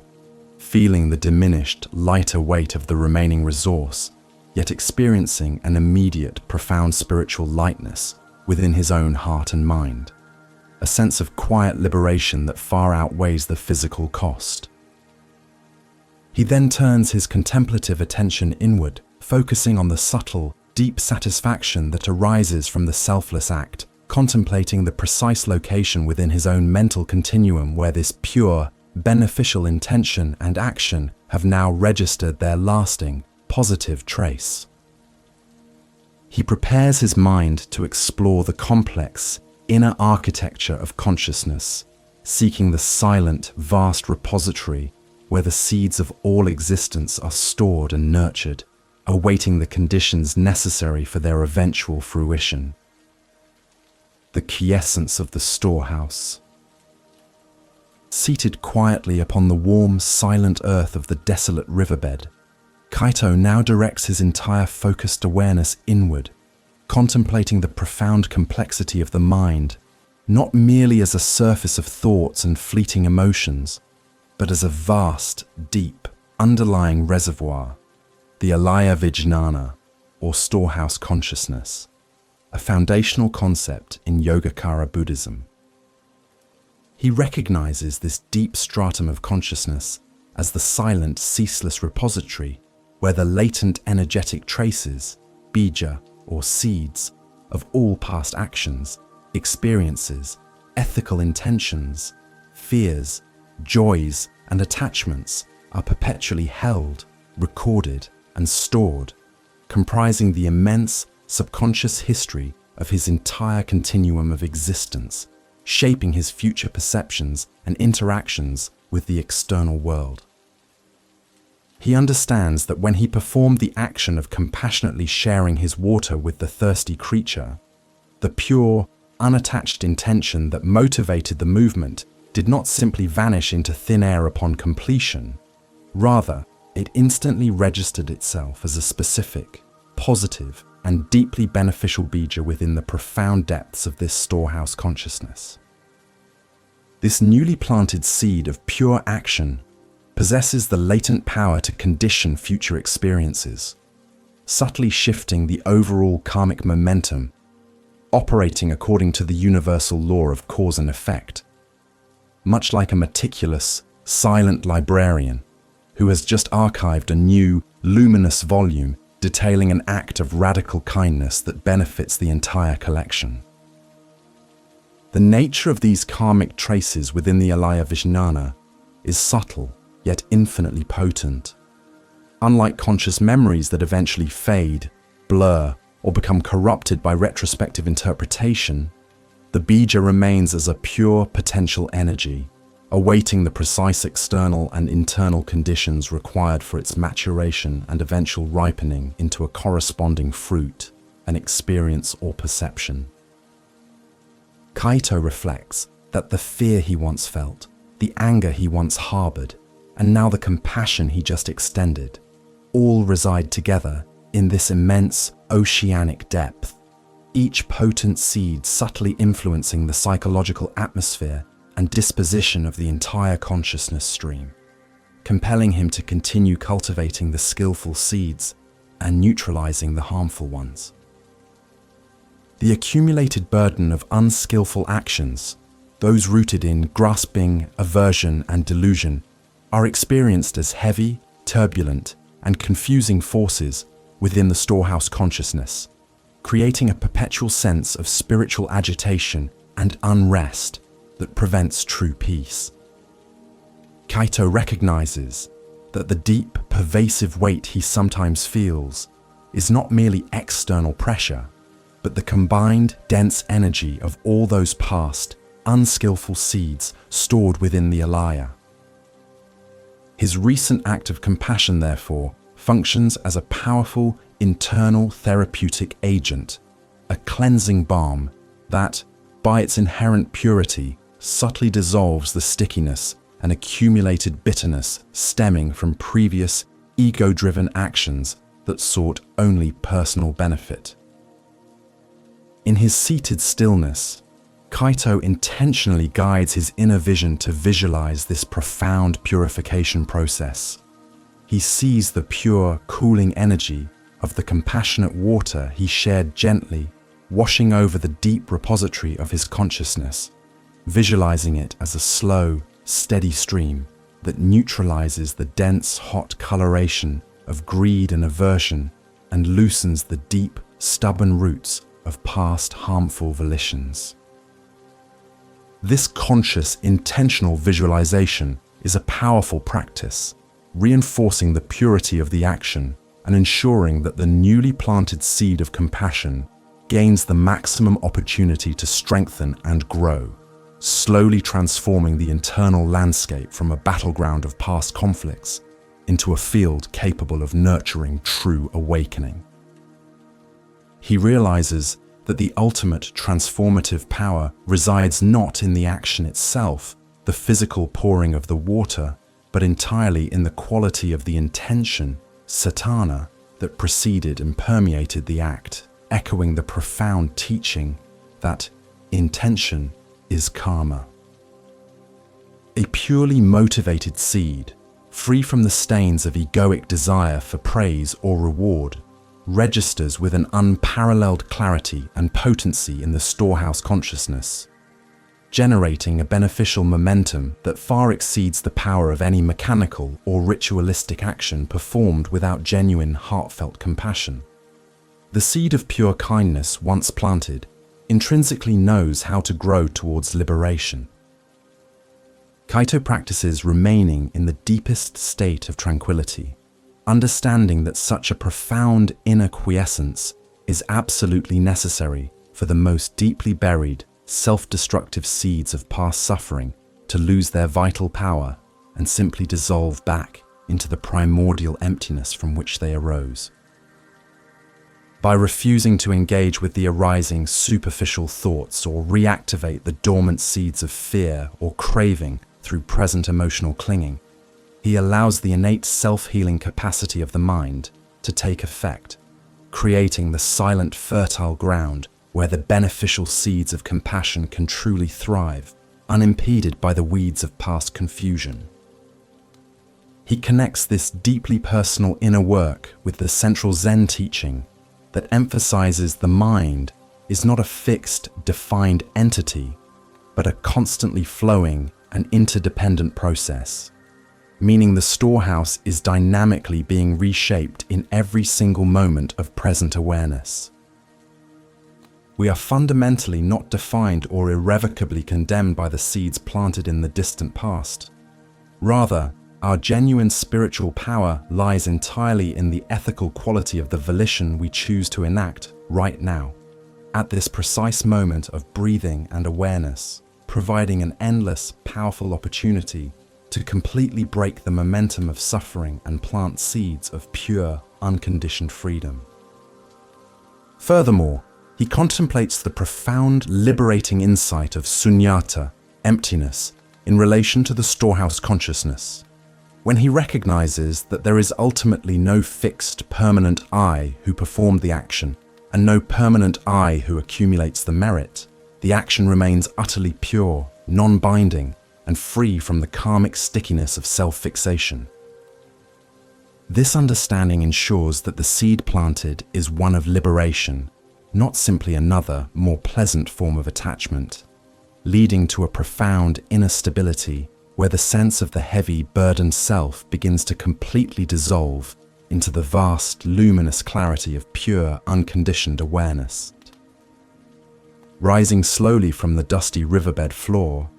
Kaito feels an undeniable, profound sense of lightness pervading his entire mental and physical being, as if a great, dense weight has been gently and skillfully lifted from his shoulders. The storehouse consciousness feels purified, less cluttered, and infinitely more spacious, carrying the luminous, quiet energy of the beneficial seed he just planted. He now turns his steady gaze toward the east, where the path leads gently upwards toward the ancient monastery, carrying forward a purified intention and following the gentle momentum of his renewed spiritual purpose, ready to meet the next lesson on the nature of ethical existence, beyond punishment, the nature of rebirth. As Kaito continues his contemplative journey, leaving the dry riverbed behind and ascending the slow, gentle slope towards the silent hills. He turns his focus from the mechanics of the storehouse consciousness to the grand, overarching concept that these seeds inevitably lead to the cycle of samsara, or continuous rebirth. We often misunderstand rebirth, viewing it through the lens of divine reward or cosmic punishment, a rigid judgment system based on past trespasses. But Kaito understands the Buddhist view is infinitely more subtle and deeply scientific, devoid of any judging deity. Rebirth is not a sentence handed down by an external force, but the simple, continuous propulsion of the accumulated momentum, the sheer energy of our intentional actions, karma, that upon the physical dissolution of the body seeks the next suitable vehicle for its expression, like a flame passing from one wick to the next, maintaining its energetic signature but changing its form entirely. This understanding allows us to fully release the heavy, paralyzing burden of guilt and fear associated with a punitive afterlife, replacing it instead with a profound sense of liberating responsibility concerning the present moment. If rebirth is simply the continuation of energy, then the quality of our current volitions, our deepest ethical intentions regarding every small action we take, from how we move a stone to how we share water, is literally weaving the psychological and energetic fabric of our next existence, determining the subtle parameters within which that continuity will unfold. The transition is not instantaneous or arbitrary. It is meticulously shaped by the dominant psychological tendencies and the strongest karmic seeds that ripen in the final moments of the current life, emphasizing that the ethical training of the present is the only true preparation for the future. We must deeply internalize that the momentum driving this cycle is primarily fueled by the three poisons: grasping, craving, aversion, hatred, and delusion, ignorance, which create the incessant energetic churn that prevents true stillness and liberation. When intentions are rooted in these poisons, even seemingly neutral actions create karmic bonds that keep the wheel spinning, locking the consciousness stream into continuous loops of becoming and suffering, compelling it towards states of existence where these very poisons can be most readily expressed and experienced, thereby perpetuating the cycle. Contemplating the slow, quiet darkness surrounding him, Kaito resolves to ensure his current actions are rooted not in desire or fear, but in the spacious, open, and profoundly neutral ground of compassion and clear understanding, which alone possess the power to slow the wheel. Kaito reflects on the core teaching of non-self, anatta, which beautifully clarifies the process of rebirth. Since there is no permanent, fixed, immortal soul or stable self that transmigrates, the process is one of continuity, not identity transfer. It is the flowing stream of consciousness, laden with its karmic imprints, that continues, much like a wave that collapses back into the ocean, yet retains the energy to form the next wave further along the shore, retaining the signature of its preceding form without carrying the precise, fixed substance of the original. This insight removes the personal terror of permanent annihilation and replaces it with the tranquil understanding of continuous transformation, highlighting the urgency of purifying the stream now, not mourning the past or fearing the distant, inevitable future. The vastness of this contemplation, the infinite scope of samsara, and the countless forms of life we may have inhabited, naturally evokes a profound, humbling sense of interconnectedness with all sentient beings who are similarly caught in this vast, often agonizing cycle of perpetual renewal and decay. Kaito hears the soft, rustling sounds of the night insects nearby, the faint, distant call of an owl,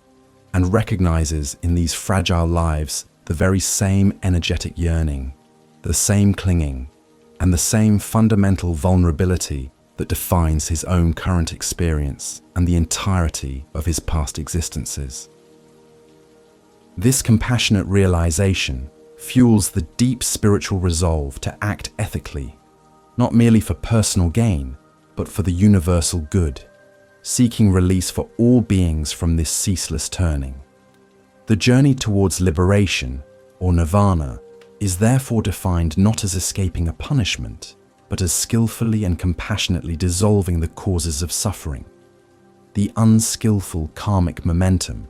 by transforming our deep-seated intentional patterns. It is an intentional, conscious cessation of the craving and attachment that fuels the fire of becoming, achieved not by physically stopping the body's actions, but by fundamentally transforming the quality of the mind that dictates them. Kaito feels a deep sense of peace, knowing that freedom is not an external reward, but an internal psychological state cultivated by moment-to-moment ethical mindfulness, an immediate cessation of suffering available within the very stillness of the present breath, regardless of past accumulation. As he traverses the ancient uneven terrain, the cool night air settles gently around him, carrying the faint, earthy scent of damp moss and pine needles from the upper ridge, grounding this vast philosophical concept of cosmic cycles in the immediate, tangible reality of the natural world. This physical reality underscores the intimate connection between inner karma and the outer environment. The quality of our inner mind manifests in the quality of the world we inhabit and inherit, underscoring the vital importance of ecological and social responsibility as essential components of ethical action that truly purify the seeds of the future. The soft, rhythmic sound of Kaito's footsteps becomes an automatic, meditative mantra, a conscious movement through space that symbolizes the slow, deliberate turning of the wheel of becoming. Yet this time, it is a turning motivated by the clear intention of awakening. Each step is an opportunity to plant a fresh, liberating seed, a conscious choice to orient the stream of consciousness toward clarity rather than confusion, toward generosity rather than grasping, reinforcing the practice that the path to transcending the cycle of rebirth is fully contained within the mindful, compassionate engagement with the simple reality of the now. He reminds himself that the intense suffering experienced in previous existences and the inevitable difficulties yet to come are not arbitrary inflictions of fate, but the logical, natural consequences of past volitional acts. They are the unavoidable ripening of seeds already planted. This acceptance liberates him from victimhood and resentment, allowing him to face all arising difficulty with tranquility and wisdom, viewing hardship not as a misfortune, but as a necessary purification, the forceful energy of negative karma burning itself out, thereby clearing the way for the beneficial seeds of compassion and wisdom to finally reach fruition and ultimately lead to the end of all conditioning. Finally, Kaito settles his focus entirely on the present moment, releasing the heavy conceptual framework of infinite lives and infinite time, understanding that true liberation from the wheel of samsara is not achieved in some distant future realm, but right here in the complete, tranquil cessation of the mental attachment to the illusion of a permanent self that grasps and clings to form.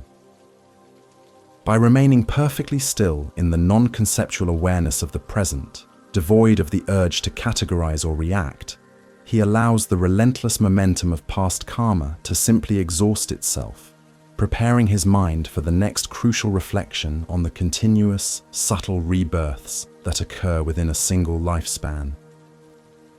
Turning the wheel of becoming, bhava. Having contemplated the immense cosmological scope of samsara, Kaito now shifts his internal focus to a more immediate and accessible dimension of rebirth. The profound, ceaseless cycle of becoming, bhava, that occurs not across lifetimes, but within the span of a single day, or even a single moment of awareness. This insight reveals that we are not merely awaiting a grand future rebirth after physical death. Rather, we are constantly undergoing micro-rebirths in the immediate present, turning the wheel of becoming with every surge of desire, every contraction of aversion, and every flicker of confusion that arises and passes within the stream of consciousness, compelling us from one psychological state of existence to the next with relentless speed. This relentless, moment-to-moment psychological becoming, driven by the preceding mental factors of craving, tanha, and clinging, upadana, defines the true urgency of the ethical training prescribed by the Dharma. When craving arises, fueled by ignorance, the mind immediately projects a new, temporary world, a specific state of mind, the birth of an ego that desires, and upon the disappointment or satisfaction of that desire, that psychological state dies, only to be immediately succeeded by a new state, fueled by the next intention. This continuous cycle of mental birth, existence, and decay is the subtle engine that maintains the illusion of suffering and prevents the true, stable stillness of the mind from manifesting, obscuring the inherent purity that lies beneath the surface churn. As Kaito walks, he consciously observes the subtle, continuous shifts in his own internal landscape. A passing thought of anticipation about the monastery ahead momentarily gives birth to a future-focused self, a mental state characterized by hopeful projection. Then, a sudden realization of the cold night air triggers the birth of a slightly uncomfortable self, a state of mind characterized by aversion and minor physical clinging. By observing these rapid shifts without interference or judgment, he recognizes that the essence of mindfulness is not just watching thoughts, but witnessing the actual process of mental formation and dissolution, thereby identifying the points where craving and clinging attempt to seize control of the steering wheel. The concept of bhava forcefully underscores the infinite power and opportunity contained within the present moment, revealing that the entire cosmic cycle of rebirth and liberation hinges entirely upon the ethical quality of the current intention. If we choose to react to an irritating sound or an uncomfortable sensation with anger, we are immediately planting the seed and initiating the rebirth into a temporary state akin to a hell realm, a state of intense mental heat, agitation, and self-inflicted misery. Conversely, if we respond with patience, understanding, and non-reactivity, we are immediately rebirthing ourselves into a state of heaven, a state of peace, equanimity, and spacious clarity, fully available right here. The practice of ethical conduct, sila, the maintenance of the precepts, thus becomes the most precise and potent tool for managing the subtle, continuous turning of this inner wheel of becoming. By consciously refraining from harmful actions of body, speech, and mind, we starve the seeds of negative becoming, denying them the conditions necessary to ripen into painful psychological states, thereby reducing the momentum of suffering. By actively cultivating generosity, kindness, and clear speech, we feed and strengthen the positive seeds, ensuring that the continuous mental births are oriented towards states of increasing tranquility, insight, and universal goodwill, progressively loosening the bonds of all attachment. Kaito recalls the teachings that emphasize the Noble Eightfold Path is not a linear sequence of tasks to be completed, but a synergistic, integrated approach to dismantling the mechanism of bhava at every level. Right. Action ensures the body does not create harmful momentum. Right livelihood ensures the means of sustenance does not fuel suffering. And right effort is the diligent, moment-to-moment application of energy needed to cease unskillful states of mind and sustain skillful states, thereby actively reshaping the ongoing flow of the storehouse consciousness, and fundamentally altering the quality of every immediate rebirth. He walks slowly, deliberately engaging with the raw sensory input of the environment, the rough texture of the ground beneath his sandals, the precise, cooling temperature of the air on his skin, the rhythmic beat of his own heart, using this sensory immersion to anchor his awareness entirely in the non-conceptual present, effectively interrupting the mind's natural tendency to leap into future projection or past analysis. In this state of pure, grounded awareness, the inner wheel of becoming significantly slows down. The psychological births become less frequent and less intense, revealing a deep, spacious gap between sensation and reaction, providing the essential space for wisdom to arise. This profound realization that suffering is continuously generated by the mind's own habituated momentum, the ceaseless cycle of becoming, is highly liberating, as it immediately brings the responsibility and the ultimate solution entirely within the control of the present awareness. There is no need to wait for external circumstances to change or for a divine intervention. All that is required is the immediate conscious choice to cease fueling the next birth with craving and delusion, allowing the current psychological state to simply dissolve without generating a subsequent, clinging replacement, leading towards the ultimate cessation of all conditioned states. The soft, low crescent moon begins to sink slowly towards the western horizon, casting long, peaceful shadows that stretch and merge into the encompassing darkness, further symbolizing the transient nature of all conditioned existence, including the psychological states we constantly experience as self. Jesse, Kaito understands that when we observe the continuous rapid dissolution of these mental births and deaths, we inevitably arrive at the profound, unshakable realization of emptiness, sunyata, recognizing that there is no fixed, permanent substance to the actor, the action, or the resultant experience, thereby liberating the consciousness stream from the burden of constantly having to sustain a fixed identity. As he approaches the silhouette of the ancient towering gate of the monastery, Kaito feels the accumulated energy of his present ethical action, the pure bija of compassion, and the steady momentum of present mindfulness, propelling him gently forward into the new sanctuary. He enters the grounds not as a permanent identity seeking shelter, but as the continuous flowing stream of ethical becoming, ready to embrace the immediate, transformative peace offered by the monastery's stillness, confirming that the ultimate journey towards liberation is always conducted one mindful, ethically pure step at a time, moment by moment. The monastery gate at dusk.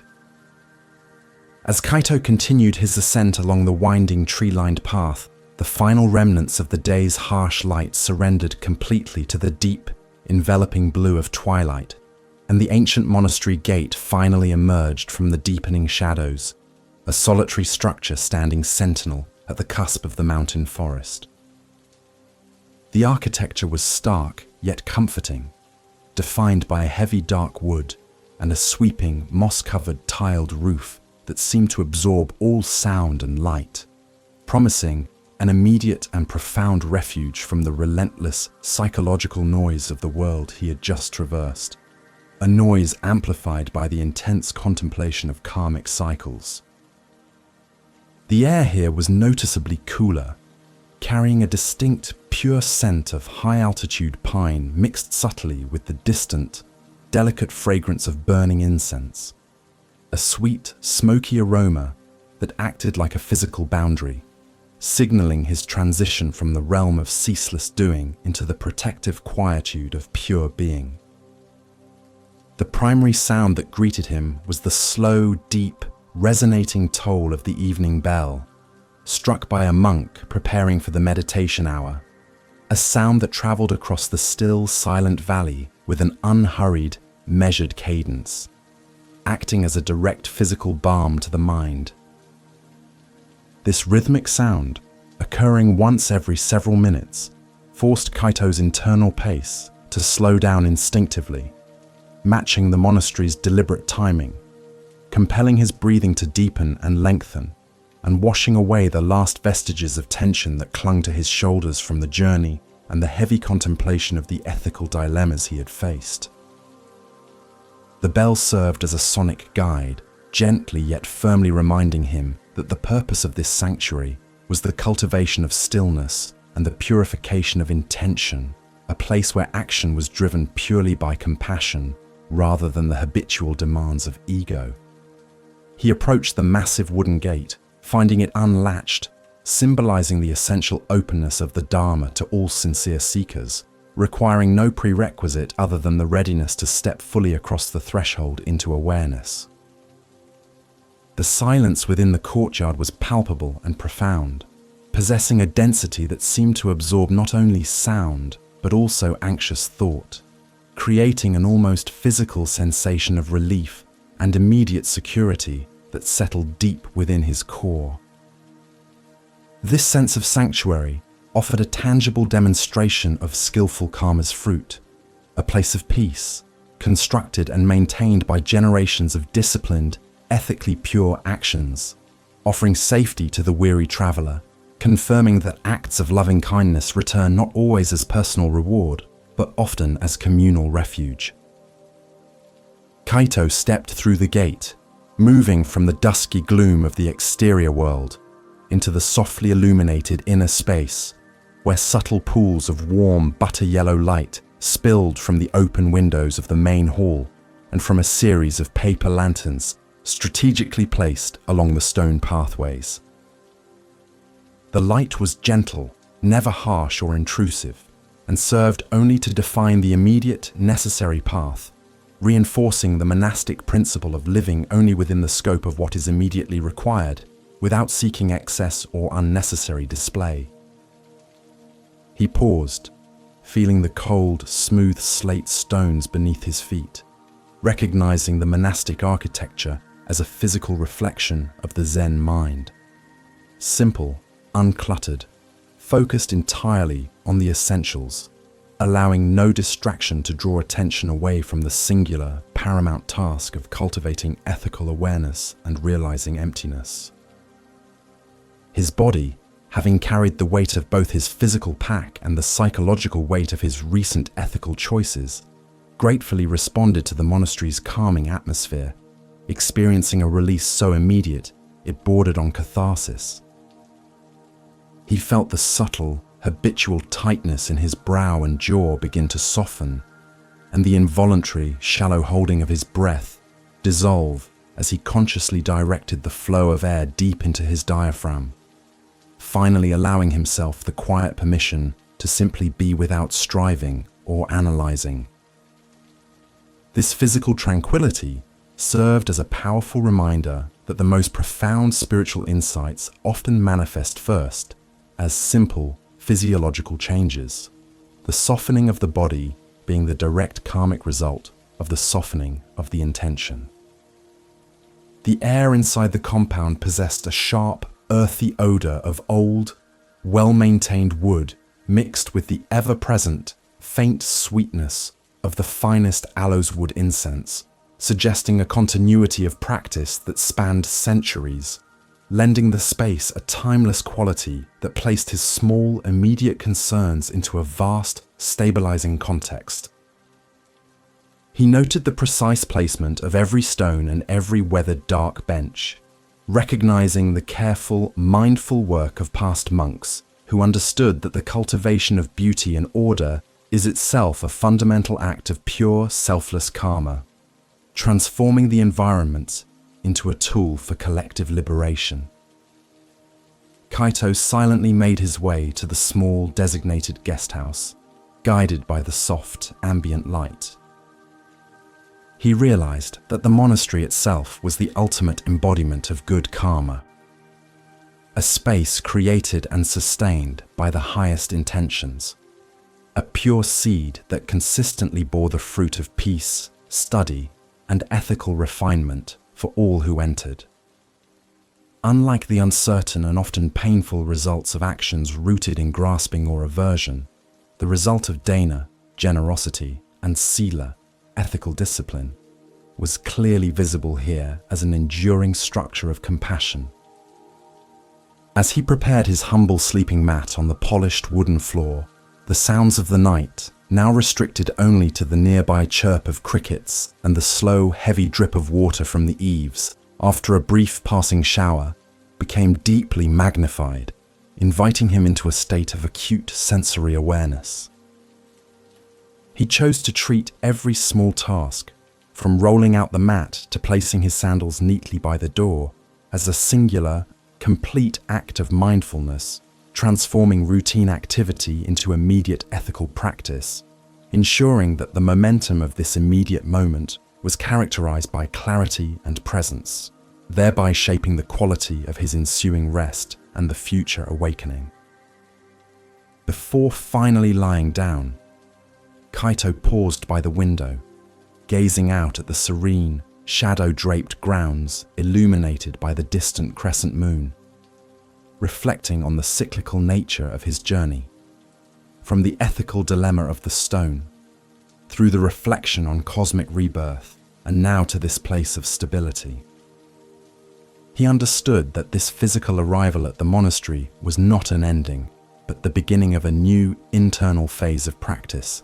a direct result of his earlier compassionate actions. The path itself had led him to the place best suited for deeper study and the final dissolution of the subtle attachments that still governed his inner becoming. He settled his body onto the mat, consciously releasing any final, lingering attachments to the day's events or anxieties about the morrow, directing his awareness to the slow, steady rhythm of his breath as the final anchor of his conscious experience. In the profound silence of the monastery, the distinction between the actor and the action, the cause and the effect, dissolved, leaving only the pure, spacious awareness, allowing the heavy weight of the world and the burdensome misconception of a fixed self burdened by karmic debt to finally sink away into the deep, restorative darkness, preparing the mind for the essential teaching that awaited him at dawn, the teaching of non-attachment to fruit. The soft light of the early morning, filtered through the delicate rice paper screens of the guest house, woke Kaito gently, not with the abruptness of alarm, but with a slow, gradual invitation back to consciousness, mirroring the gentle nature of the monastic life that began before sunrise. After attending to his morning ablutions, which he performed with the same careful, mindful attention he would give to a formal meditation, he ventured into the monastery's extensive, meticulously maintained grounds, drawn by the cool, dew-kissed air and the tranquil beauty of the Zen garden, a landscape designed to embody the vast, eternal principles of the universe in a contained space. The garden was a masterpiece of simplicity, where raked gravel represented the ocean of existence and strategically placed stones symbolized islands of awareness. It was there, deep within a section of the garden, dedicated to cultivating various medicinal herbs and small resilient shrubs, that Kaito discovered an elderly monk whose robes were patched and worn with diligent use, silently engaged in the arduous, detailed work of pruning a thicket of flowering bushes. The monk moved with astonishing grace and economy of motion for his apparent age, his hands steady and precise as he made each snip with ancient shears. Yet his gaze was directed not at the immediate branch he was cutting, but slightly beyond, maintaining a vast, non-local focus that suggested his entire being was immersed solely in the moment of action, devoid of any hurry or distraction concerning the final aesthetic result. Kaito watched for some time, observing the monk's focused intensity, noticing how the monk handled the discarded branches with the same gentle respect as the living ones, demonstrating a fundamental non-discrimination between what is useful and what is to be released. Finally, Kaito approached the monk, bowing deeply, and respectfully asked, his voice low so as not to disturb the silence, "Venerable master, your work is impeccable, but the trimming of these bushes must be repeated yearly, and the flowers will fade quickly." What sustains this immense dedication to something that is inherently so fleeting and impermanent, requiring so much effort without a lasting fixed product? The elderly monk, without immediately stopping his work, smiled faintly and replied, his voice a soft, resonant whisper that blended with the gentle rustle of leaves stirred by a cool breeze. "Ah, you speak of the phala, the fruit, young traveler. We plant the seed of effort, we water it with intention, and we tend the garden with discipline. But if we become attached to the specific appearance of the flower, or the expectation of a perfect, enduring harvest, we inevitably invite suffering into the heart of our actions." He explained that the very act of attachment introduces an element of grasping, upadana, which taints the purity of the volitional act, transforming potentially skillful karma into a bond of expectation that is destined for disappointment. He paused, finally placing his shears down carefully, and continued, now turning his steady gaze towards Kaito. "The true purpose of this meticulous gardening is not the external beauty we create, but the internal beauty we cultivate within the mind through the selfless act itself. When the action, the pruning, the weeding, the raking is performed without the subtle, underlying craving for praise, recognition, or a specific, perfect outcome, the karma generated is light, pure, and non-binding, contributing only to the cessation of suffering, rather than the perpetuation of the cycle of becoming." This was the deep, transformative understanding of Nirodha, the cessation of suffering achieved through action devoid of clinging. The monk then pointed to a cluster of vibrant red camellias, noting that their intense color was beautiful but temporary, destined to fall and decompose into the earth, just as all human achievements must eventually dissolve back into the elements. He elaborated that if the monk had spent the entire winter worrying about whether the flower would bloom perfectly, or feeling despair when the petals finally dropped, the mental suffering caused by the attachment would far outweigh the joy derived from the bloom itself, thereby generating negative psychological karma rooted in aversion to impermanence. Kaito silently absorbed this profound teaching, realizing that the purity of his earlier actions, moving the stone, sharing the water, was not defined by the tangible relief those actions provided to others, but by the fact that he performed them entirely without the thought of personal credit or future reward.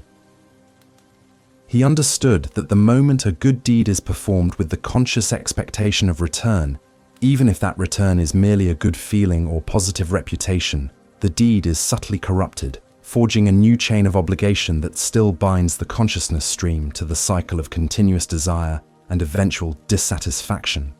The monk picked up a handful of dark, rich soil, allowing it to trickle slowly through his fingers back to the earth, a simple metaphor for the flow of results. He concluded, "We simply do the work required, with full awareness and kindness, because the work itself is the path. We plant the seeds of compassion because that is the right action for this moment, not because we demand that those seeds mature into a specific, identifiable fruit for our consumption. When we release the desire for the fruit, we gain the peace of the unattached mind." This lesson provided the final crucial piece for Kaito's contemplative journey. He understood that the ultimate freedom from the vast cosmological cycle of rebirth lay not in avoiding action, but in perfecting the intention behind every action, ensuring it was rooted in selfless giving and non-clinging, transforming the very act of living into a continuous, effortless expression of liberation. With this clarified understanding, Kaito bowed once more to the monk, feeling the deep tranquility of a mind that had found its final anchor in the pure intention of the present moment, ready for the practice of deep, sustained effort required by the path. Right livelihood, right effort, the path. Kaito remained seated near the periphery of the Zen garden, where the elderly monk had just imparted the crucial teaching on non-attachment to the fruits of action, allowing the profound resonance of the Dharma to settle deeply within his consciousness, like fine silt sinking in undisturbed water. His contemplation naturally shifted from the external action and its results to the internal structure of ethical living, recognizing that the monk's dedication was not merely arbitrary effort, but a tangible daily expression of the Noble Eightfold Path, the very architecture designed to support the pure, non-binding karma he now sought to cultivate. He realized that this path was not an abstract philosophy reserved for deep retreat, but a practical moment-to-moment guide for ensuring every single decision, from the simplest task of folding a robe to the most complex professional choice, was infused with the liberating power of right intention, thereby weaving the fabric of a truly peaceful existence, free from the entanglements of cyclical suffering.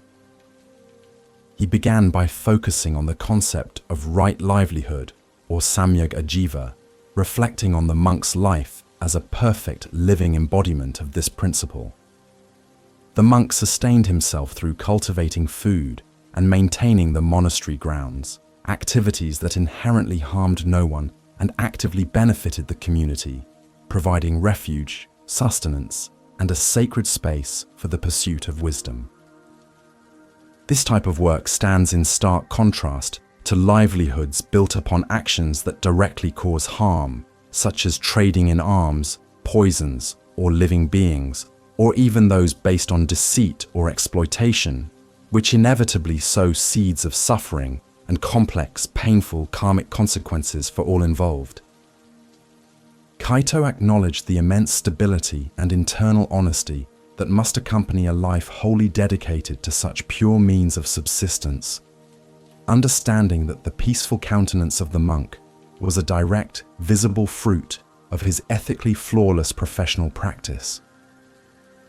However, Kaito was acutely aware that for most lay practitioners living outside the monastic walls, the necessity of earning a living often involves navigating complex ethical grey areas, where completely pure livelihood seems impossible, demanding compromises that subtly cloud the intention. He meditated on how a dedicated layperson might apply right livelihood, concluding that if changing one's occupation is not immediately feasible, the essential practice shifts to purifying the volition within the existing work structure. This involves minimizing harm through honest practice, dedicating excess earnings to beneficial causes, and consciously performing the work with a heart free from greed or exploitation. This mental reorientation transforms even difficult labor into a spiritual practice, shifting the karmic weight from the potentially harmful results of the institution back toward the purity of one's immediate personal effort. This naturally led his reflection to right action, samyag kamanta, which demands the avoidance of actions rooted in the three poisons: greed, hatred, and delusion, and the active cultivation of acts of generosity, dana, kindness, and moral restraint, sila. Kaito mentally revisited the scenario of the overturned stone on the path, recognizing that his choice to move it was a clear expression of right action, an unprompted intervention rooted purely in compassion for future unseen travelers. The action was perfect, not because he received thanks, but because the satana, the intention to benefit others without self-interest, was absolutely clean. This principle reinforces the idea that ethical practice is not about grand, dramatic gestures, but about the quiet, consistent choices made when no one else is watching, thereby steadily generating a positive momentum in the stream of consciousness. The true manifestation of right action, he realized, resides in the infinite subtlety of daily conduct, touching everything from the quiet way one closes a door to avoid startling others, to the measured cadence used when addressing a family member or a stranger, ensuring that every interaction minimizes potential friction and maximizes mutual respect. Kaito spent several minutes meticulously observing the texture of the weathered, moss-covered stone bench beneath him and the slow, circular movement of a solitary dragonfly hovering over a small water basin, consciously incorporating these details into his awareness without allowing them to generate subsequent analysis or judgment.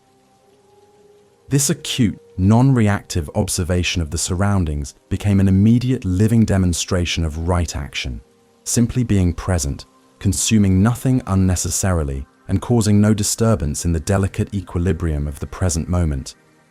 Next, his attention focused on right effort, samyag vyayama, a crucial component that directly addresses the internal mental diligence necessary to maintain ethical momentum. This effort is not the strained physical exertion associated with worldly striving, but rather the focused, relentless energy applied to mental cultivation,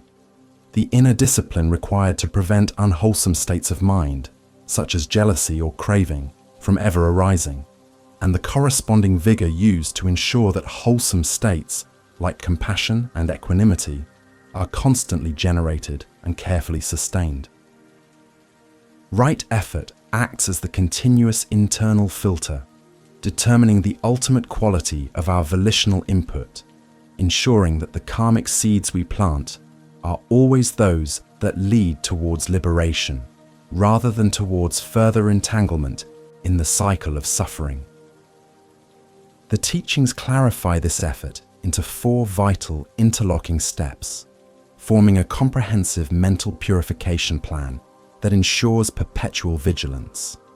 First, to diligently prevent the unwholesome states that have not yet arisen from ever taking root. Second, to actively abandon the unwholesome states that have already emerged, extinguishing them with the fire of awareness.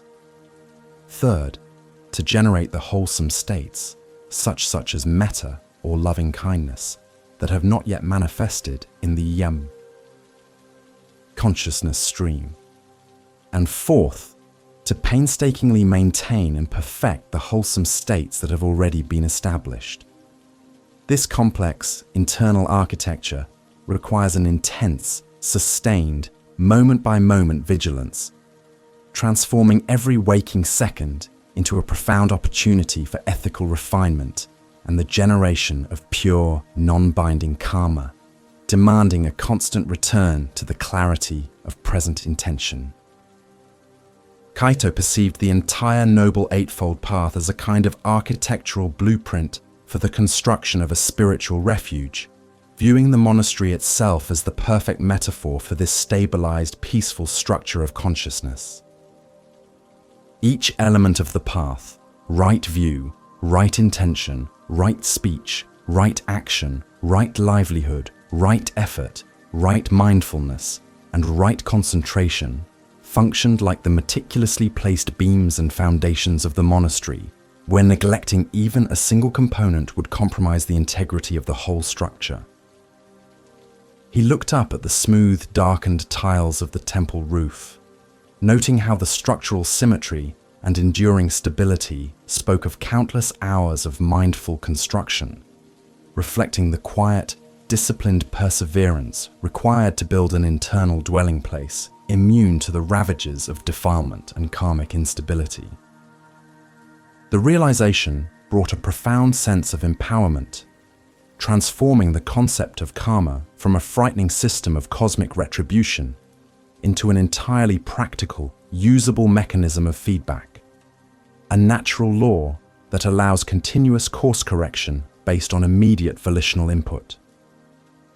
If he recognized a moment of greed or anger, an unwholesome karmic seed, right effort immediately directed him to abandon it. If he saw an opportunity for kindness, a wholesome seed, right action compelled him to plant it. This understanding dissolved the distant, abstract fear of future rebirths, grounding the entire cosmological process squarely in the immediate power of the now, where every moment offered the chance to refine the volitional energy that shaped his becoming. Settling further onto the cool, stable stone bench,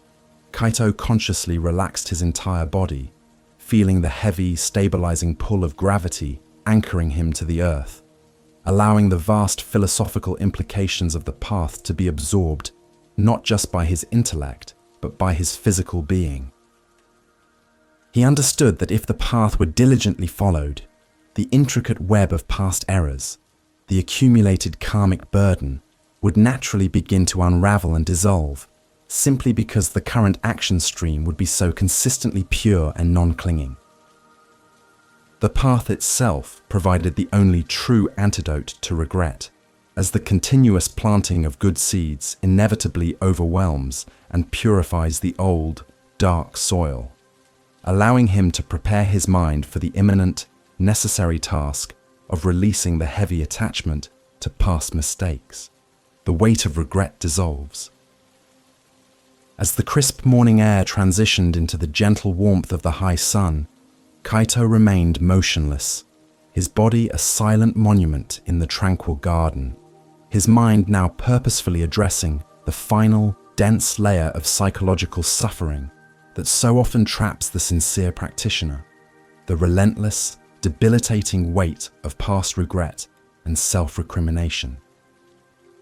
He recognized that while his actions had been purified by the understanding of intention, the memory of past errors still clung to his consciousness like cold, residual smoke, demanding resolution. This sense of historical guilt is a subtle but powerful karmic anchor, trapping the stream of awareness in the past, preventing the full realization of the present moment's liberating potential, functioning as a form of self-imposed, secondary suffering that is entirely optional. He consciously differentiated between productive, necessary remorse, the intellectual realization that a past action caused harm, which naturally leads to a firm intention to change, and sterile, paralyzing guilt, which is merely the ego's fixation on a fixed self that must be perpetually punished for a historical event. The monk's teaching on the detachment from results provided the perfect philosophical tool. Just as one must detach from the expectation of positive fruit, one must also detach from the negative fruit of past actions, understanding that the past, once enacted, is utterly complete and cannot be altered, possessing no substance other than the memory, which is a mere thought form arising in the present moment. To cling to that memory is to needlessly generate painful karma in the here and now, preventing the necessary healing. Kaito recalled the monk's metaphorical analogy. The water of repentance must flow to irrigate the garden of ethical change, generating new growth and life, rather than becoming stagnant and putrid in the pool of self-pity and persistent rumination. If the mind remains fixated on the mistakes of yesterday, paralyzed by the psychological feedback loop of "I should have done differently," the necessary energy for right effort in the present is entirely dissipated, resulting in a profound loss of power and an effective continuation of the cycle of non-wholesome states. The wisdom of the Dharma is ruthlessly practical, demanding that all energy be directed only to the current moment, which is the sole nexus point where real karmic change can occur and true liberation can be enacted. This realization confirmed the absolute power of the present moment as the single point of karmic intervention. The past is immutable information, a fixed accounting ledger, but the volition that creates future becoming exists only in the razor-edge instant of the now. Every subsequent breath, every mindful step, every compassionate thought possesses the unique power to redirect the entire momentum of the karmic stream, overriding the gravitational pull of historical inertia. The sustained, non-judgmental presence required by meditation acts as the primary vehicle for this transformation, constantly bringing the wandering mind back from the spectral, power-draining domain of the past into the fertile, opportunity-rich ground of the immediate experience. Closing his eyes, Kaito began a quiet, guided meditation, inwardly inviting the hypothetical listener and his own deeper consciousness to revisit an action from the past that still carried a subtle sting of regret, asking that this memory be treated not as a painful identity marker, but merely as a visual or sensory event playing out on the neutral screen of the mind. He intentionally deepened his breath, exhaling any trace of physical tension held in his shoulders and jaw, meticulously ensuring that the physical body remained entirely relaxed and open,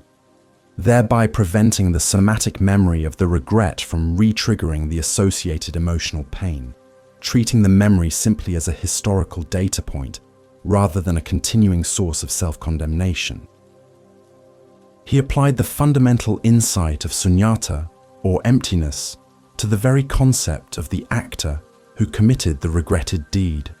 The person who acted in the past was a transient collection of form, feeling, perception, mental formation, and consciousness conditioned by circumstances and delusion, a self that is demonstrably not the self currently sitting in meditative stillness in the monastery garden. By dissolving the rigid, fixed idea of an eternally guilty I, the psychological glue holding the regret in place immediately began to soften and dissolve, allowing the specific painful action to be viewed simply as a result of ignorance or carelessness, rather than as an unforgivable moral flaw inherent to his unchanging character. The true purification, therefore, rested not in endless mental self-flagellation, but in the profound, active commitment to non-repetition, a fierce, conscious resolve to implement right action and right effort henceforth, ensuring that the wisdom gained from the past error is immediately and practically applied to guide all future choices. This commitment to change, born out of deep, honest reflection, instantly transforms the energy of regret from a self-destructive force into the powerful, accelerating fuel for the entire spiritual path, validating the utility of the past suffering by demonstrating its profound contribution to the wisdom of the present moment. Kaito visualized the karmic stain of his past actions, not as a permanent, indelible mark, but as a quantity of dark, murky ink poured into an endless stream of pure, clear mountain water, the stream of his continuous present consciousness. He recognized that while the historical event, the ink spill, cannot be undone, the continuous flow and abundant addition of clear water, the steady generation of present, wholesome actions, kindness, and mindful effort inevitably dilutes the dark stain, spreading it thinner and thinner until its color becomes entirely imperceptible, proving that the ceaseless energy of the purified present ultimately overwhelms and dissolves the localized density of the historical error. He inhaled deeply, consciously releasing the final, subtle anchors of his personal history, the heavy narrative of the self who made mistakes, and the expectation of future consequences, allowing his identity to rest solely in the unbounded, peaceful space of immediate mindful awareness, feeling an undeniable physical sensation of lightness settling over his chest and shoulders. The tightness in his jaw, often a physical manifestation of internalized self-criticism, fully relaxed, and the lingering echoes of past failures were replaced by the clear, immediate sound of water gently running nearby, a pure, continuous sound symbolizing the unstoppable flow of transformative energy. This final, profound dissolution of guilt and self-judgment brought a deep, restorative tranquility that promised true rest, the kind of stillness achieved only when the inner accounts are settled and the volition is clearly oriented towards liberation. Kaito allowed his body to soften further into the supportive embrace of the quiet morning, trusting the inherent purity of the awakened intention, sinking deeper now into the spacious, effortless awareness that constitutes the highest, most healing form of contemplative rest, knowing that the momentum of this peace would carry him seamlessly into a night of profound restorative sleep, free from the burdens of both past and future. The endless opportunity. The realization that the burden of past regret was merely a persistent mental fabrication, lacking any true fixed existence in the vibrant reality of the present moment, brought Kaito an immense, almost physical lightness, dissipating the heavy internal cloud that had obscured his sight. He now understood that the true beauty and liberating genius of the karmic law lay not in its retrospective accounting of justice, but in its inexhaustible, generous offering of immediate, restorative potential, the profound, simple truth that the moment of planting new, wholesome seeds is perpetually available, renewed with every beat of the heart and every drawing in of breath. This clarity transformed his view of time itself. It was no longer a relentless march toward inevitable consequence, but an infinite series of fresh beginnings, each moment offering an unblemished opportunity to reorient the rudder of intention toward compassion and wisdom, overriding the inertia of old, unskillful habits simply by choosing differently now.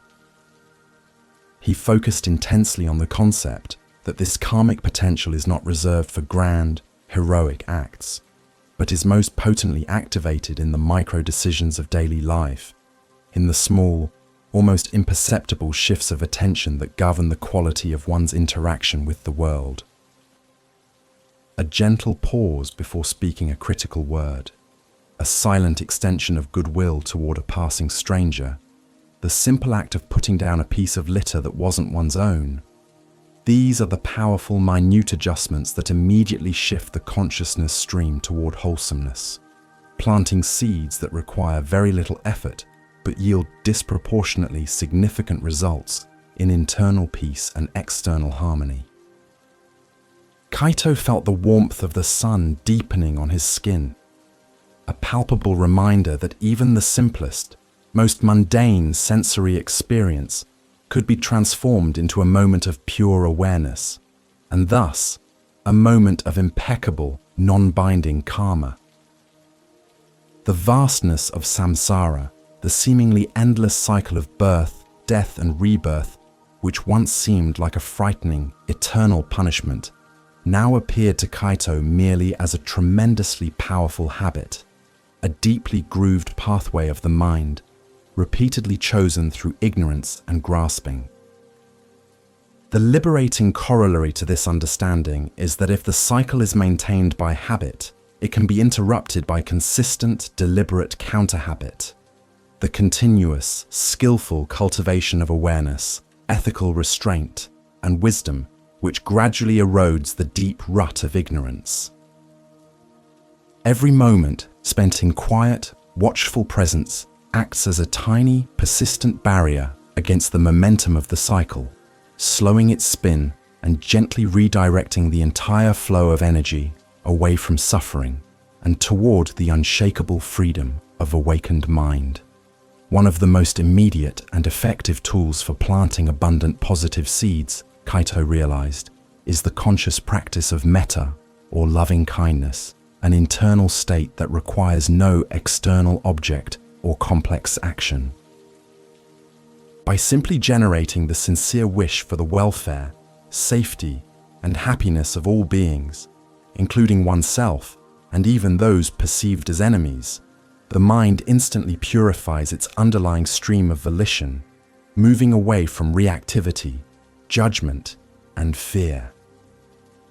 He silently directed this universal kindness outward, feeling the subtle softening and widening sensation in his chest, a sensation that contradicted the common belief that goodness requires strenuous emotional labor, proving instead that compassion is the natural, effortless state of the mind when it is free from the distortion of the three poisons. This sense of boundless opportunity extended beyond his personal sphere, encompassing the immense, interconnected field of existence, the endless number of beings encountered throughout countless lifetimes. Kaito understood that because all phenomena and all beings are inextricably linked through the principle of dependent origination, an action performed for the benefit of even one small, unseen being sends ripples of positive influence throughout the entire cosmic web, ensuring that no act of kindness, however minor or unacknowledged, is ever wasted or isolated. The air itself seemed to carry the potential for liberation, vibrating with the silent, ceaseless activity of planting, nurturing, and harvesting. The distant sound of wind chimes seemed to articulate this cosmic dance, a soft, ethereal music celebrating the infinite possibility contained within every fragile moment. The paradox of the path became vividly clear. The future, which is the repository of all our hopes and fears regarding karmic consequences, does not actually exist anywhere but in the form of seeds planted in the present moment. Meaning, the only time we can actually influence the future is precisely now. This realization provides not only great freedom from anxiety, but also a profound ethical imperative to be impeccably mindful of the current action. By rigorously dedicating the present moment to wholesome intent, the entire structure of the future is inevitably reformed, allowing Kaito to release the heavy burden of planning and predicting,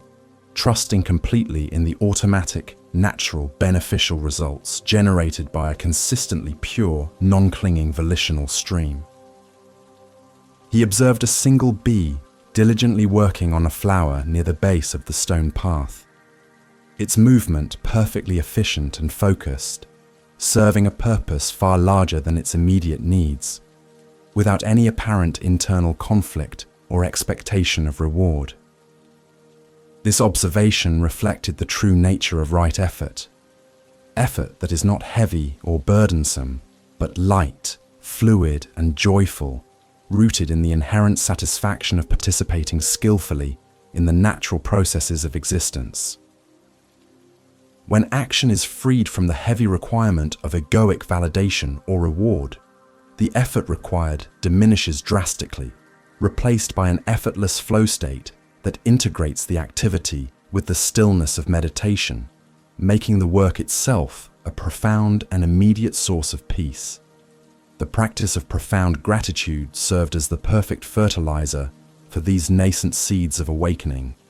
exponentially increasing the beneficial karmic yield of every wholesome act and thought. Kaito felt deep, quiet thanks for the very opportunity to recognize these truths, for the availability of the Dharma, and for the simple fact of having a body capable of quiet contemplation and ethical action. By consciously cultivating appreciation for all the conditions supporting his practice, the shade of the temple walls, the silence of the garden, the stability of his own breath, he ensured that his consciousness remained high, free from the low-frequency vibrations of lack, complaint, or dissatisfaction, which so often derail the purest of intentions. He inhaled the delicate, earthy scent of damp moss clinging to the stone wall, a scent that grounded him firmly in the immediate sensory reality, reminding him that this practice of planting seeds is fundamentally embodied and real. The opportunity for purity is not something distant or abstract, but is woven into the very texture of this present experience. The entire world, the path, the monastery, the light, the stone, and the breath, are all equally sacred fields upon which the seeds of liberation can be sown, demanding nothing more than simple attention and a sincere desire to benefit others and to minimize suffering in all directions. Kaito felt the firm, stabilizing commitment settling in his core. He would carry this recognition of infinite opportunity into the coming night, transforming his sleep itself into an extension of his practice, trusting that the wholesome intentions planted while awake would continue their beneficial work beneath the surface of conscious thought. He allowed the heavy concepts of the past and the anticipated weight of the future to recede entirely, preparing his entire being for the ultimate, dissolving wisdom that addresses not just the action, but the very nature of the self that acts, which is the final gateway to profound and unshakable peace. Emptiness, sunyata, and the actor, having diligently purified his intention and released the heavy mooring of regret, Kaito turned his mind toward the ultimate subtle insight of the Dharma, the profound understanding of sunyata, or emptiness, and how this ultimate truth acts to completely dissolve the binding nature of karma. If the action itself is purified by right intention, the final step to liberation requires the purification of the actor, the permanent fixed concept of I that claims responsibility for both the deed and the subsequent reward or punishment. He focused on the quiet weight of his own body on the bench, beginning to question the inherent reality of the self that sits, the self that thinks, and the self that accumulates the karmic residue, recognizing that if there is no inherently existing permanent entity performing the action, then the action cannot ultimately cling to anything real. The concept of emptiness does not signify a nihilistic void or nothingness, but rather the profound absence of independent, self-sufficient existence, svabhava, in all phenomena, including the individual. Everything in the universe, from the fleeting thought to the massive mountain, exists only in dependence on countless other factors, constantly arising and dissolving in a ceaseless flow of interconnected conditions. Kaito realized that the actor he identifies as himself is merely a temporary aggregation of form, sensation, perception, mental formations, and consciousness, constantly changing, profoundly dependent on external nourishment and circumstance, and therefore inherently lacking a fixed enduring identity. This insight fundamentally alters the relationship between the actor and the action.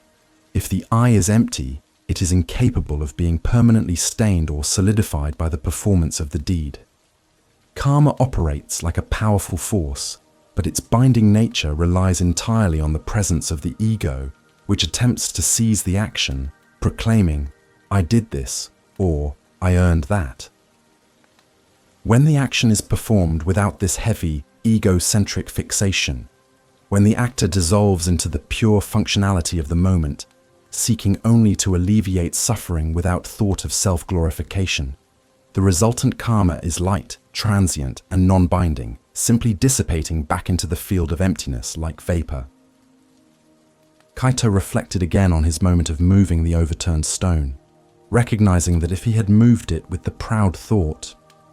"I am a good person who is now owed a reward," that action would have created heavy, future-binding karma rooted in grasping. However, because the movement was executed purely out of compassionate functionality,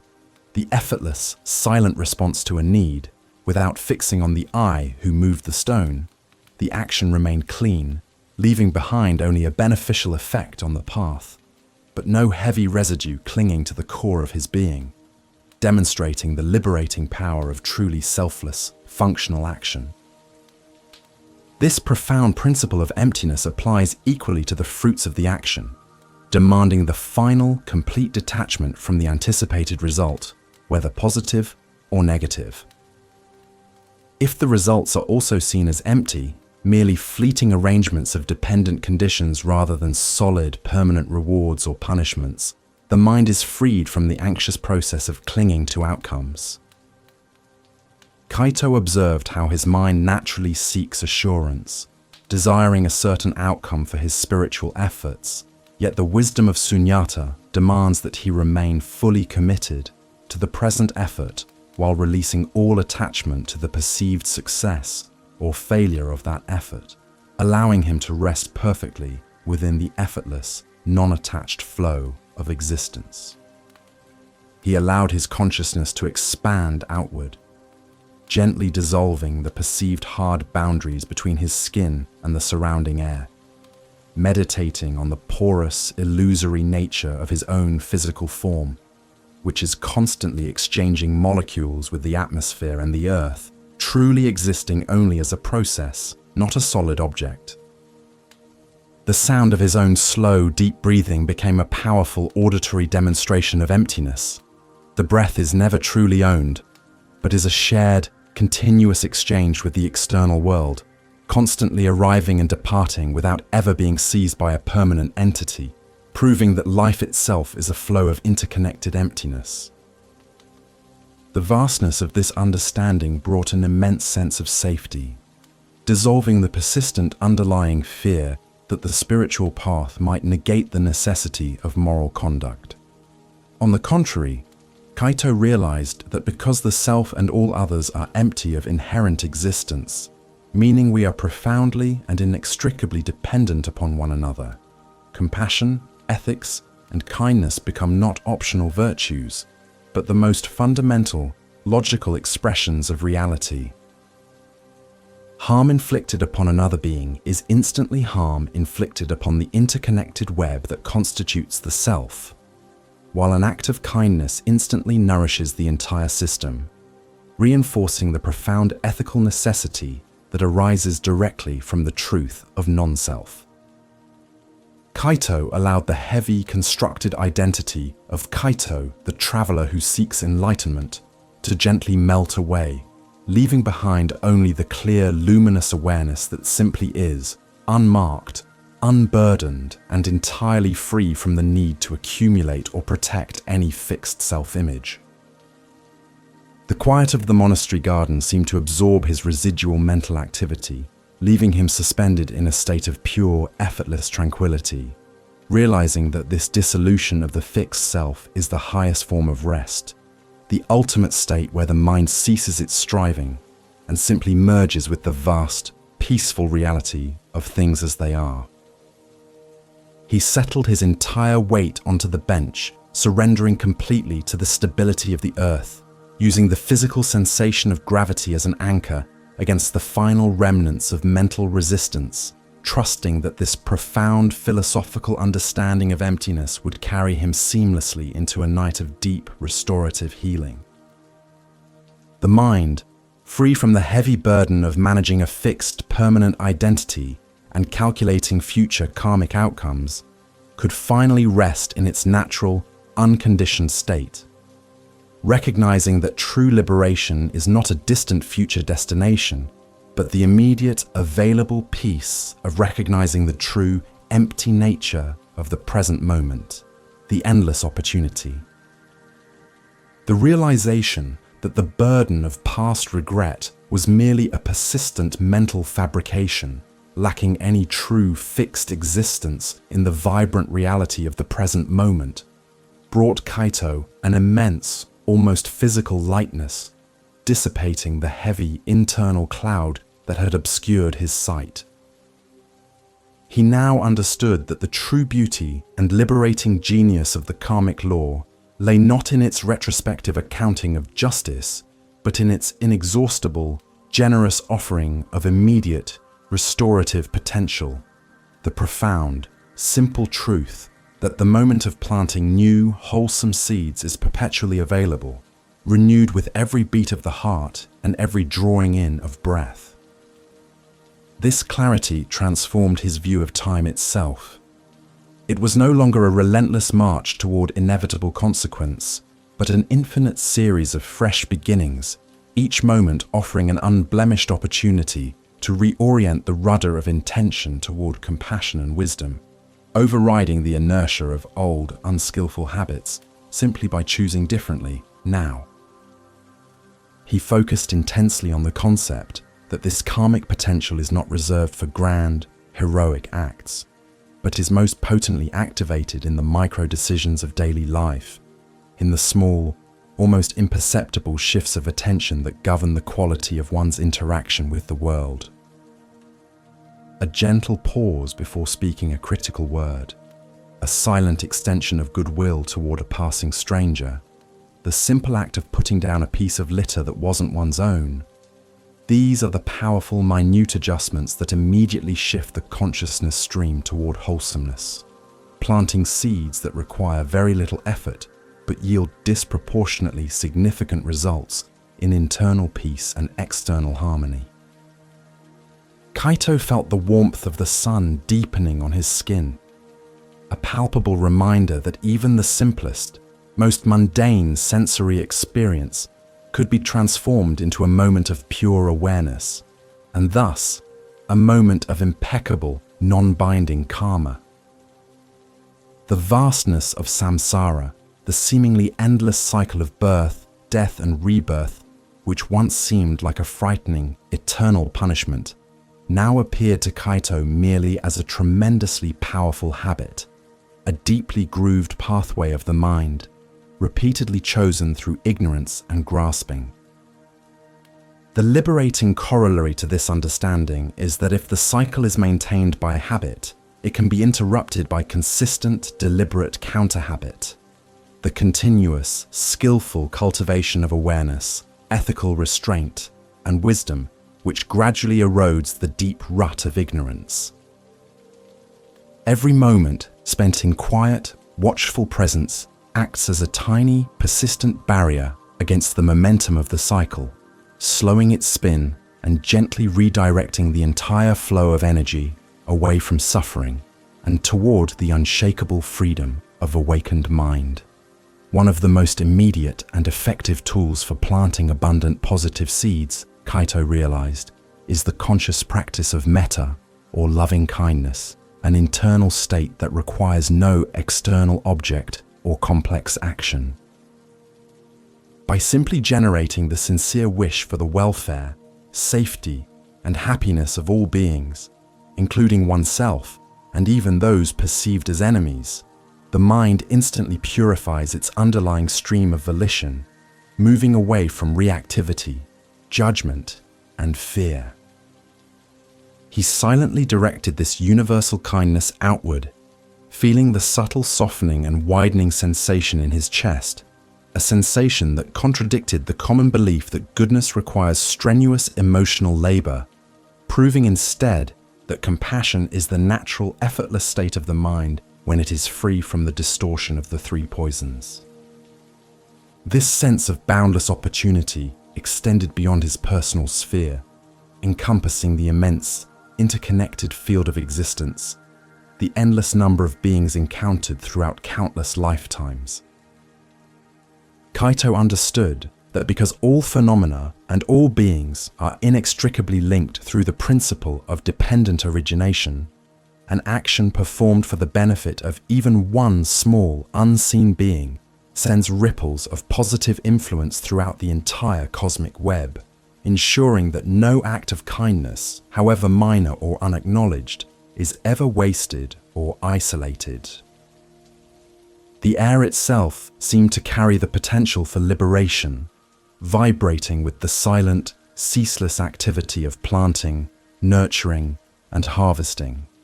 The distant sound of wind chimes seemed to articulate this cosmic dance, a soft, ethereal music celebrating the infinite possibility contained within every fragile moment. The paradox of the path became vividly clear. The future, which is the repository of all our hopes and fears regarding karmic consequences, does not actually exist anywhere but in the form of seeds planted in the present moment, meaning the only time we can actually influence the future is precisely now. This realization provides not only great freedom from anxiety, but also a profound ethical imperative to be impeccably mindful of the current action. By rigorously dedicating the present moment to wholesome intent, the entire structure of the future is inevitably reformed, allowing Kaito to release the heavy burden of planning and predicting, trusting completely in the automatic, natural, beneficial results generated by a consistently pure, non-clinging volitional stream. He observed a single bee diligently working on a flower near the base of the stone path, its movement perfectly efficient and focused, serving a purpose far larger than its immediate needs. without any apparent internal conflict or expectation of reward. This observation reflected the true nature of right effort. Effort that is not heavy or burdensome, but light, fluid, and joyful, rooted in the inherent satisfaction of participating skillfully in the natural processes of existence. When action is freed from the heavy requirement of egoic validation or reward, the effort required diminishes drastically, replaced by an effortless flow state that integrates the activity with the stillness of meditation, making the work itself a profound and immediate source of peace. The practice of profound gratitude served as the perfect fertilizer for these nascent seeds of awakening, exponentially increasing the beneficial karmic yield of every wholesome act and thought. Kaito felt deep, quiet thanks for the very opportunity to recognize these truths, for the availability of the Dharma, and for the simple fact of having a body capable of quiet contemplation and ethical action. By consciously cultivating appreciation for all the conditions supporting his practice, the shade of the temple walls, the silence of the garden, the stability of his own breath, he ensured that his consciousness remained high, free from the low-frequency vibrations of lack, complaint, or dissatisfaction, which so often derail the purest of intentions. He inhaled the delicate, earthy scent of damp moss clinging to the stone wall, a scent that grounded him firmly in the immediate sensory reality, reminding him that this practice of planting seeds is fundamentally embodied and real. The opportunity for purity is not something distant or abstract, but is woven into the very texture of this present experience. The entire world, the path, the monastery, the light, the stone, and the breath, are all equally sacred fields upon which the seeds of liberation can be sown, demanding nothing more than simple attention and a sincere desire to benefit others and to minimize suffering in all directions. Kaito felt the firm, stabilizing commitment settling in his core. He would carry this recognition of infinite opportunity into the coming night, transforming his sleep itself into an extension of his practice, trusting that the wholesome intentions planted while awake would continue their beneficial work beneath the surface of conscious thought. He allowed the heavy concepts of the past and the anticipated weight of the future to recede entirely, preparing his entire being for the ultimate, dissolving wisdom that addresses not just the action, but the very nature of the self that acts, which is the final gateway to profound and unshakable peace, emptiness, sunyata, and the actor. Having diligently purified his intention and released the heavy mooring of regret, Kaito turned his mind toward the ultimate, subtle insight of the Dharma, the profound understanding of sunyata, or emptiness, and how this ultimate truth acts to completely dissolve the binding nature of karma. If the action itself is purified by right intention, the final step to liberation requires the purification of the actor, the permanent fixed concept of I that claims responsibility for both the deed and the subsequent reward or punishment. He focused on the quiet weight of his own body on the bench, beginning to question the inherent reality of the self that sits, the self that thinks, and the self that accumulates the karmic residue, recognizing that if there is no inherently existing permanent entity performing the action, then the action cannot ultimately cling to anything real.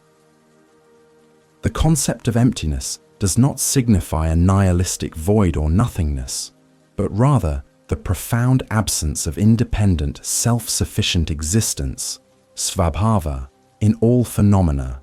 including the individual. Everything in the universe, from the fleeting thought to the massive mountain, exists only in dependence on countless other factors, constantly arising and dissolving in a ceaseless flow of interconnected conditions. Kaito realized that the actor he identifies as himself is merely a temporary aggregation of form, sensation, perception, mental formations, and consciousness, constantly changing, profoundly dependent on external nourishment and circumstance, and therefore inherently lacking a fixed, enduring identity. This insight fundamentally alters the relationship between the actor and the action.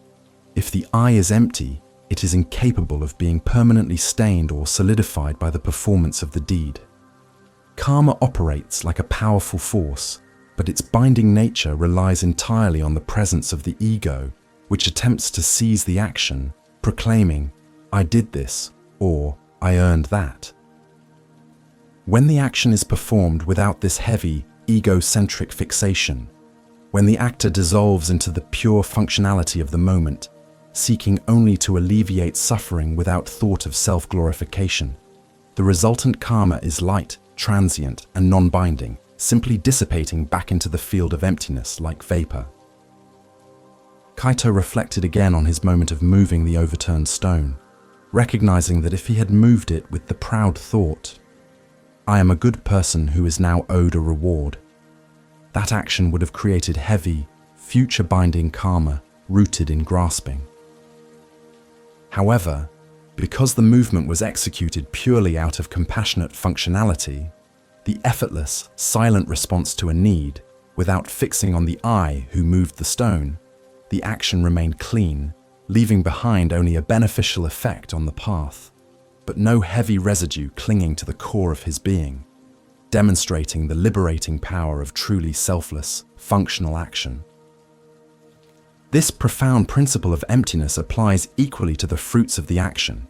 demanding the final, complete detachment from the anticipated result, whether positive or negative. If the results are also seen as empty, merely fleeting arrangements of dependent conditions rather than solid, permanent rewards or punishments, the mind is freed from the anxious process of clinging to outcomes. Kaito observed how his mind naturally seeks assurance, desiring a certain outcome for his spiritual efforts, yet the wisdom of sunyata demands that he remain fully committed to the present effort while releasing all attachment to the perceived success or failure of that effort, allowing him to rest perfectly within the effortless, non-attached flow of existence. He allowed his consciousness to expand outward, gently dissolving the perceived hard boundaries between his skin and the surrounding air, meditating on the porous, illusory nature of his own physical form, which is constantly exchanging molecules with the atmosphere and the earth, truly existing only as a process, not a solid object. The sound of his own slow, deep breathing became a powerful auditory demonstration of emptiness. The breath is never truly owned, but is a shared, continuous exchange with the external world, constantly arriving and departing without ever being seized by a permanent entity, proving that life itself is a flow of interconnected emptiness. The vastness of this understanding brought an immense sense of safety, dissolving the persistent underlying fear that the spiritual path might negate the necessity of moral conduct. On the contrary, Kaito realized that because the self and all others are empty of inherent existence, meaning we are profoundly and inextricably dependent upon one another, compassion, ethics, and kindness become not optional virtues, but the most fundamental, logical expressions of reality. Harm inflicted upon another being is instantly harm inflicted upon the interconnected web that constitutes the self, while an act of kindness instantly nourishes the entire system, reinforcing the profound ethical necessity that arises directly from the truth of non-self. Kaito allowed the heavy, constructed identity of Kaito, the traveler who seeks enlightenment, to gently melt away, leaving behind only the clear, luminous awareness that simply is, unmarked, unburdened, and entirely free from the need to accumulate or protect any fixed self-image. The quiet of the monastery garden seemed to absorb his residual mental activity, leaving him suspended in a state of pure, effortless tranquility, realizing that this dissolution of the fixed self is the highest form of rest, the ultimate state where the mind ceases its striving and simply merges with the vast, peaceful reality of things as they are. He settled his entire weight onto the bench, surrendering completely to the stability of the earth, using the physical sensation of gravity as an anchor against the final remnants of mental resistance, trusting that this profound philosophical understanding of emptiness would carry him seamlessly into a night of deep, restorative healing. The mind, free from the heavy burden of managing a fixed, permanent identity and calculating future karmic outcomes, could finally rest in its natural, unconditioned state, recognizing that true liberation is not a distant future destination, but the immediate, available peace of recognizing the true, empty nature of the present moment, returning to the center of the now. Having contemplated the vast sweep of karmic consequences and the profound liberating concept of emptiness, which dissolves the heavy solidity of both the actor and the action, Kaito now sought to distill this immense wisdom down to the most immediate, accessible point of experience, the very center of the present moment, residing precisely within the quiet sanctuary of the body and the rhythmic flow of the breath. He consciously redirected his awareness away from the boundless expanse of philosophical doctrine and the infinite cycle of rebirth, choosing instead to focus entirely on the precise, delicate sensation of the air entering and leaving his nostrils, finding that all the grand truths of the universe could be intimately understood and accessed right there, within the simple, ongoing miracle of inhalation and exhalation. This return to the immediate physicality served as a vital anchor, preventing the expansive concepts from becoming merely intellectual or abstract, insisting instead that true awakening must be embodied and grounded. He became acutely aware of the weight of his hands resting in his lap, the slight pressure where his clothing met his skin, and the subtle, stabilizing pull of gravity holding him securely against the earth, recognizing these physical sensations as the ultimate, unmoving reality in a cosmos defined by impermanence and flux, the dependable ground upon which the entire spiritual journey unfolds. As he focused on the rise and fall of his abdomen, a gentle, wave-like movement that spoke of profound biological efficiency and ongoing life, he realized that this moment, right here, holds the resolution to all anxieties about the past and all worries about the future, for it is only in the present action, the present breath, that the karmic stream can be purified, offering immediate, tangible proof that peace is not earned later, but found now. The sounds of the evening further deepened this focused attention, transforming potential distractions into anchors of the present moment. The distant melancholic ringing of a temple bell, the soft rustle of dry bamboo leaves responding to a passing breeze, and the faint, earthy scent of damp soil carrying the memory of rain. These sensory inputs, often relegated to the background of conscious thought, now demanded Kaito's full, non-judgmental attention, illustrating the principle that external reality is simply a collection of dependent arisings, empty of inherent self, yet perfectly real in its moment-to-moment manifestation, providing the perfect mirror for the mind's own empty, flowing nature. He recalled the image of the overturned stone and the thirsty animal,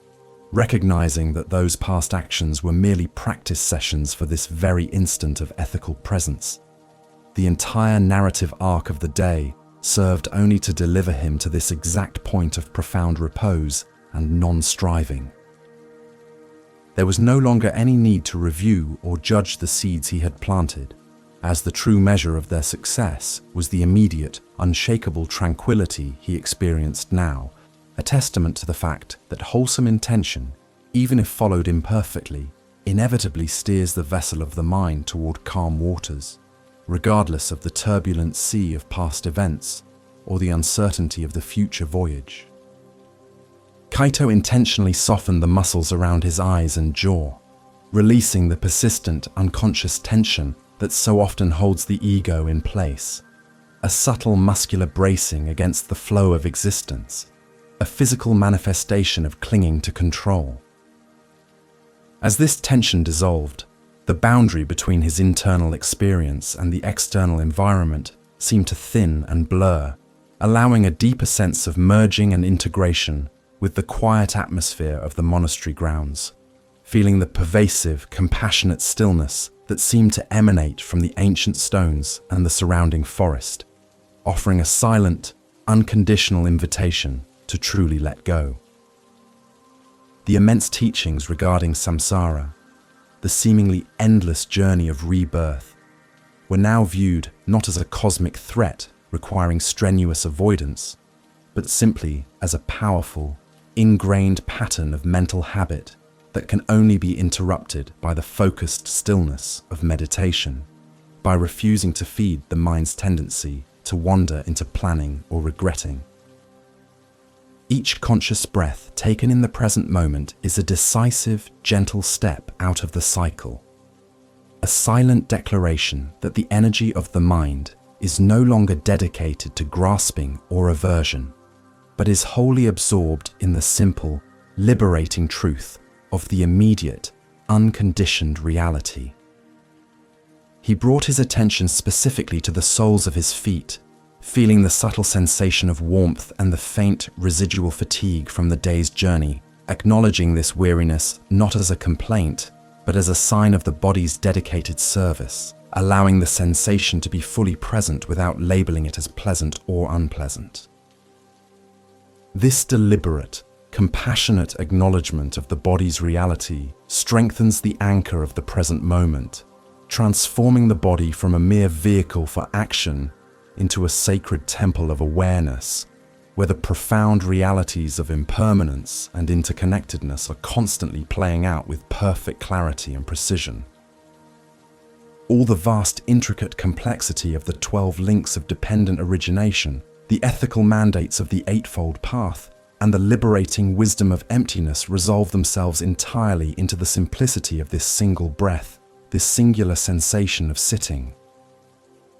Kaito realized that striving for enlightenment is merely a karmic seed that generates more effort and more desiring, whereas true peace is found in the cessation of all striving, in the silent, profound recognition that the awakened state is the inherent, natural condition of the mind, merely obscured by fleeting clouds of thought and emotion. He offered a silent prayer of gratitude for the simple, perfect stability of his own consciousness, which possesses the inherent capacity to observe, to choose, and to return again and again to the calm center, recognizing this capacity as the greatest gift within the cycle of becoming. This moment became a silent, internal vow to maintain the integrity of the present intention throughout the coming hours of rest, trusting the deep intelligence of the body to continue the process of internal purification, allowing the final vestiges of mental and emotional clutter to dissolve completely into the deep silence of the night. Allowing the eyes to gently close, Kaito focused on the deepening darkness behind his eyelids, visualizing this internal space not as a void, but as an infinite, warm reservoir of rest, a space where all concepts of past identity, future consequence, and the heavy weight of self are utterly relinquished. He allowed the breath to become softer, shallower, merging its rhythm with the quiet pulse of the sleeping monastery, preparing the final transition from contemplation to the deep, healing immersion of unconditioned sleep, resting securely in the knowledge that everything requiring resolution has been fully addressed in the ethical clarity of the present moment. Conclusion and deep rest. As the quietude of the monastery settled into the profound darkness of the late evening, a deep, pervasive stillness that seemed to absorb all echoes of the day's activities, we gently shift our awareness now, moving away from the demanding scrutiny of the mind and toward the gentle, yielding surrender of the body, preparing for the final immersion into restorative, unconditioned sleep. Allow yourself to feel the deep gratitude for the time spent cultivating wisdom and clarity. Recognizing the profound effort involved in navigating the complex territories of karma and rebirth, and acknowledging the commitment you showed in holding your focus, even as the gentle pull of sleep began to assert its peaceful influence over your consciousness. This final settling is not merely the end of a meditation, but the beginning of a sacred passage, a return to the natural harmony of deep, non-striving rest.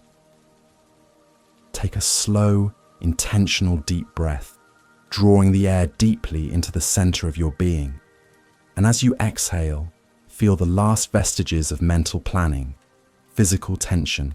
or emotional residue from the day gently dissipating, dissolving completely into the surrounding darkness, recognizing that your duties and responsibilities are perfectly contained and suspended within the sanctuary of this present moment. Imagine the weight of your head sinking heavier into your pillow, feeling the supporting surface beneath you with profound trust, allowing the muscles of your neck and shoulders to completely relinquish their protective vigilance, recognizing that there is absolutely nothing left for you to hold on to or control at this time. Everything that needed to be done has been completed with the skillful intention of the day. We gently release the intricate philosophical concepts we have explored, the weight of past choices, the momentum of future rebirths, and the ultimate truth of emptiness, allowing them to soften into background awareness, trusting that the wisdom absorbed will continue its silent, beneficial work within the subconscious layers of your mind throughout the night. Focus solely on the sensation of warmth spreading through your limbs,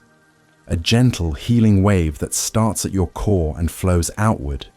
touching your fingertips and toes, inviting every cell in your body to switch from a state of activity to a state of profound, reparative healing,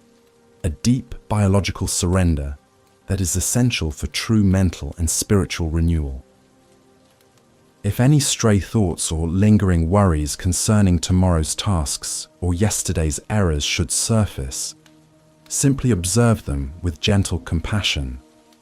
recognizing them as transient, cloud-like formations that possess no inherent power to command your attention or disrupt your peace, and allow them to float effortlessly by, neither clinging to them nor pushing them away, maintaining your focus always on the soft, steady anchor of your own breathing rhythm.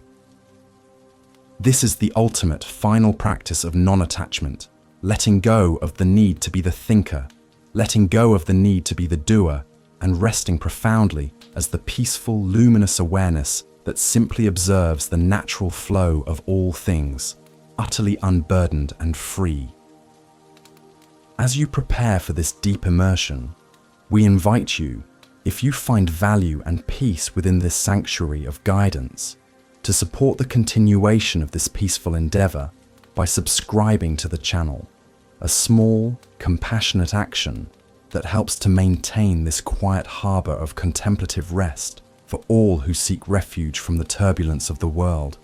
planting a powerful, reciprocal seed of generosity and support for the spreading of mindful tranquility. Take a moment to silently affirm your deep intention to carry this peaceful, ethical awareness into the dream state, transforming your rest into a continuation of your most profound spiritual practice, trusting the ancient wisdom that sleep itself can be a powerful opportunity for purification and subtle insight. We now turn our focus to the muscles of the face, often the final repository of stress and concentration, gently relaxing the forehead until it feels smooth and expansive, allowing the eyes to sink deeper into their sockets, and releasing the tongue from the roof of the mouth, letting the jaw hang slack and heavy. Feel the sense of complete, enveloping safety that surrounds you in this quiet space, knowing that you are protected and perfectly held by the vast, silent field of existence,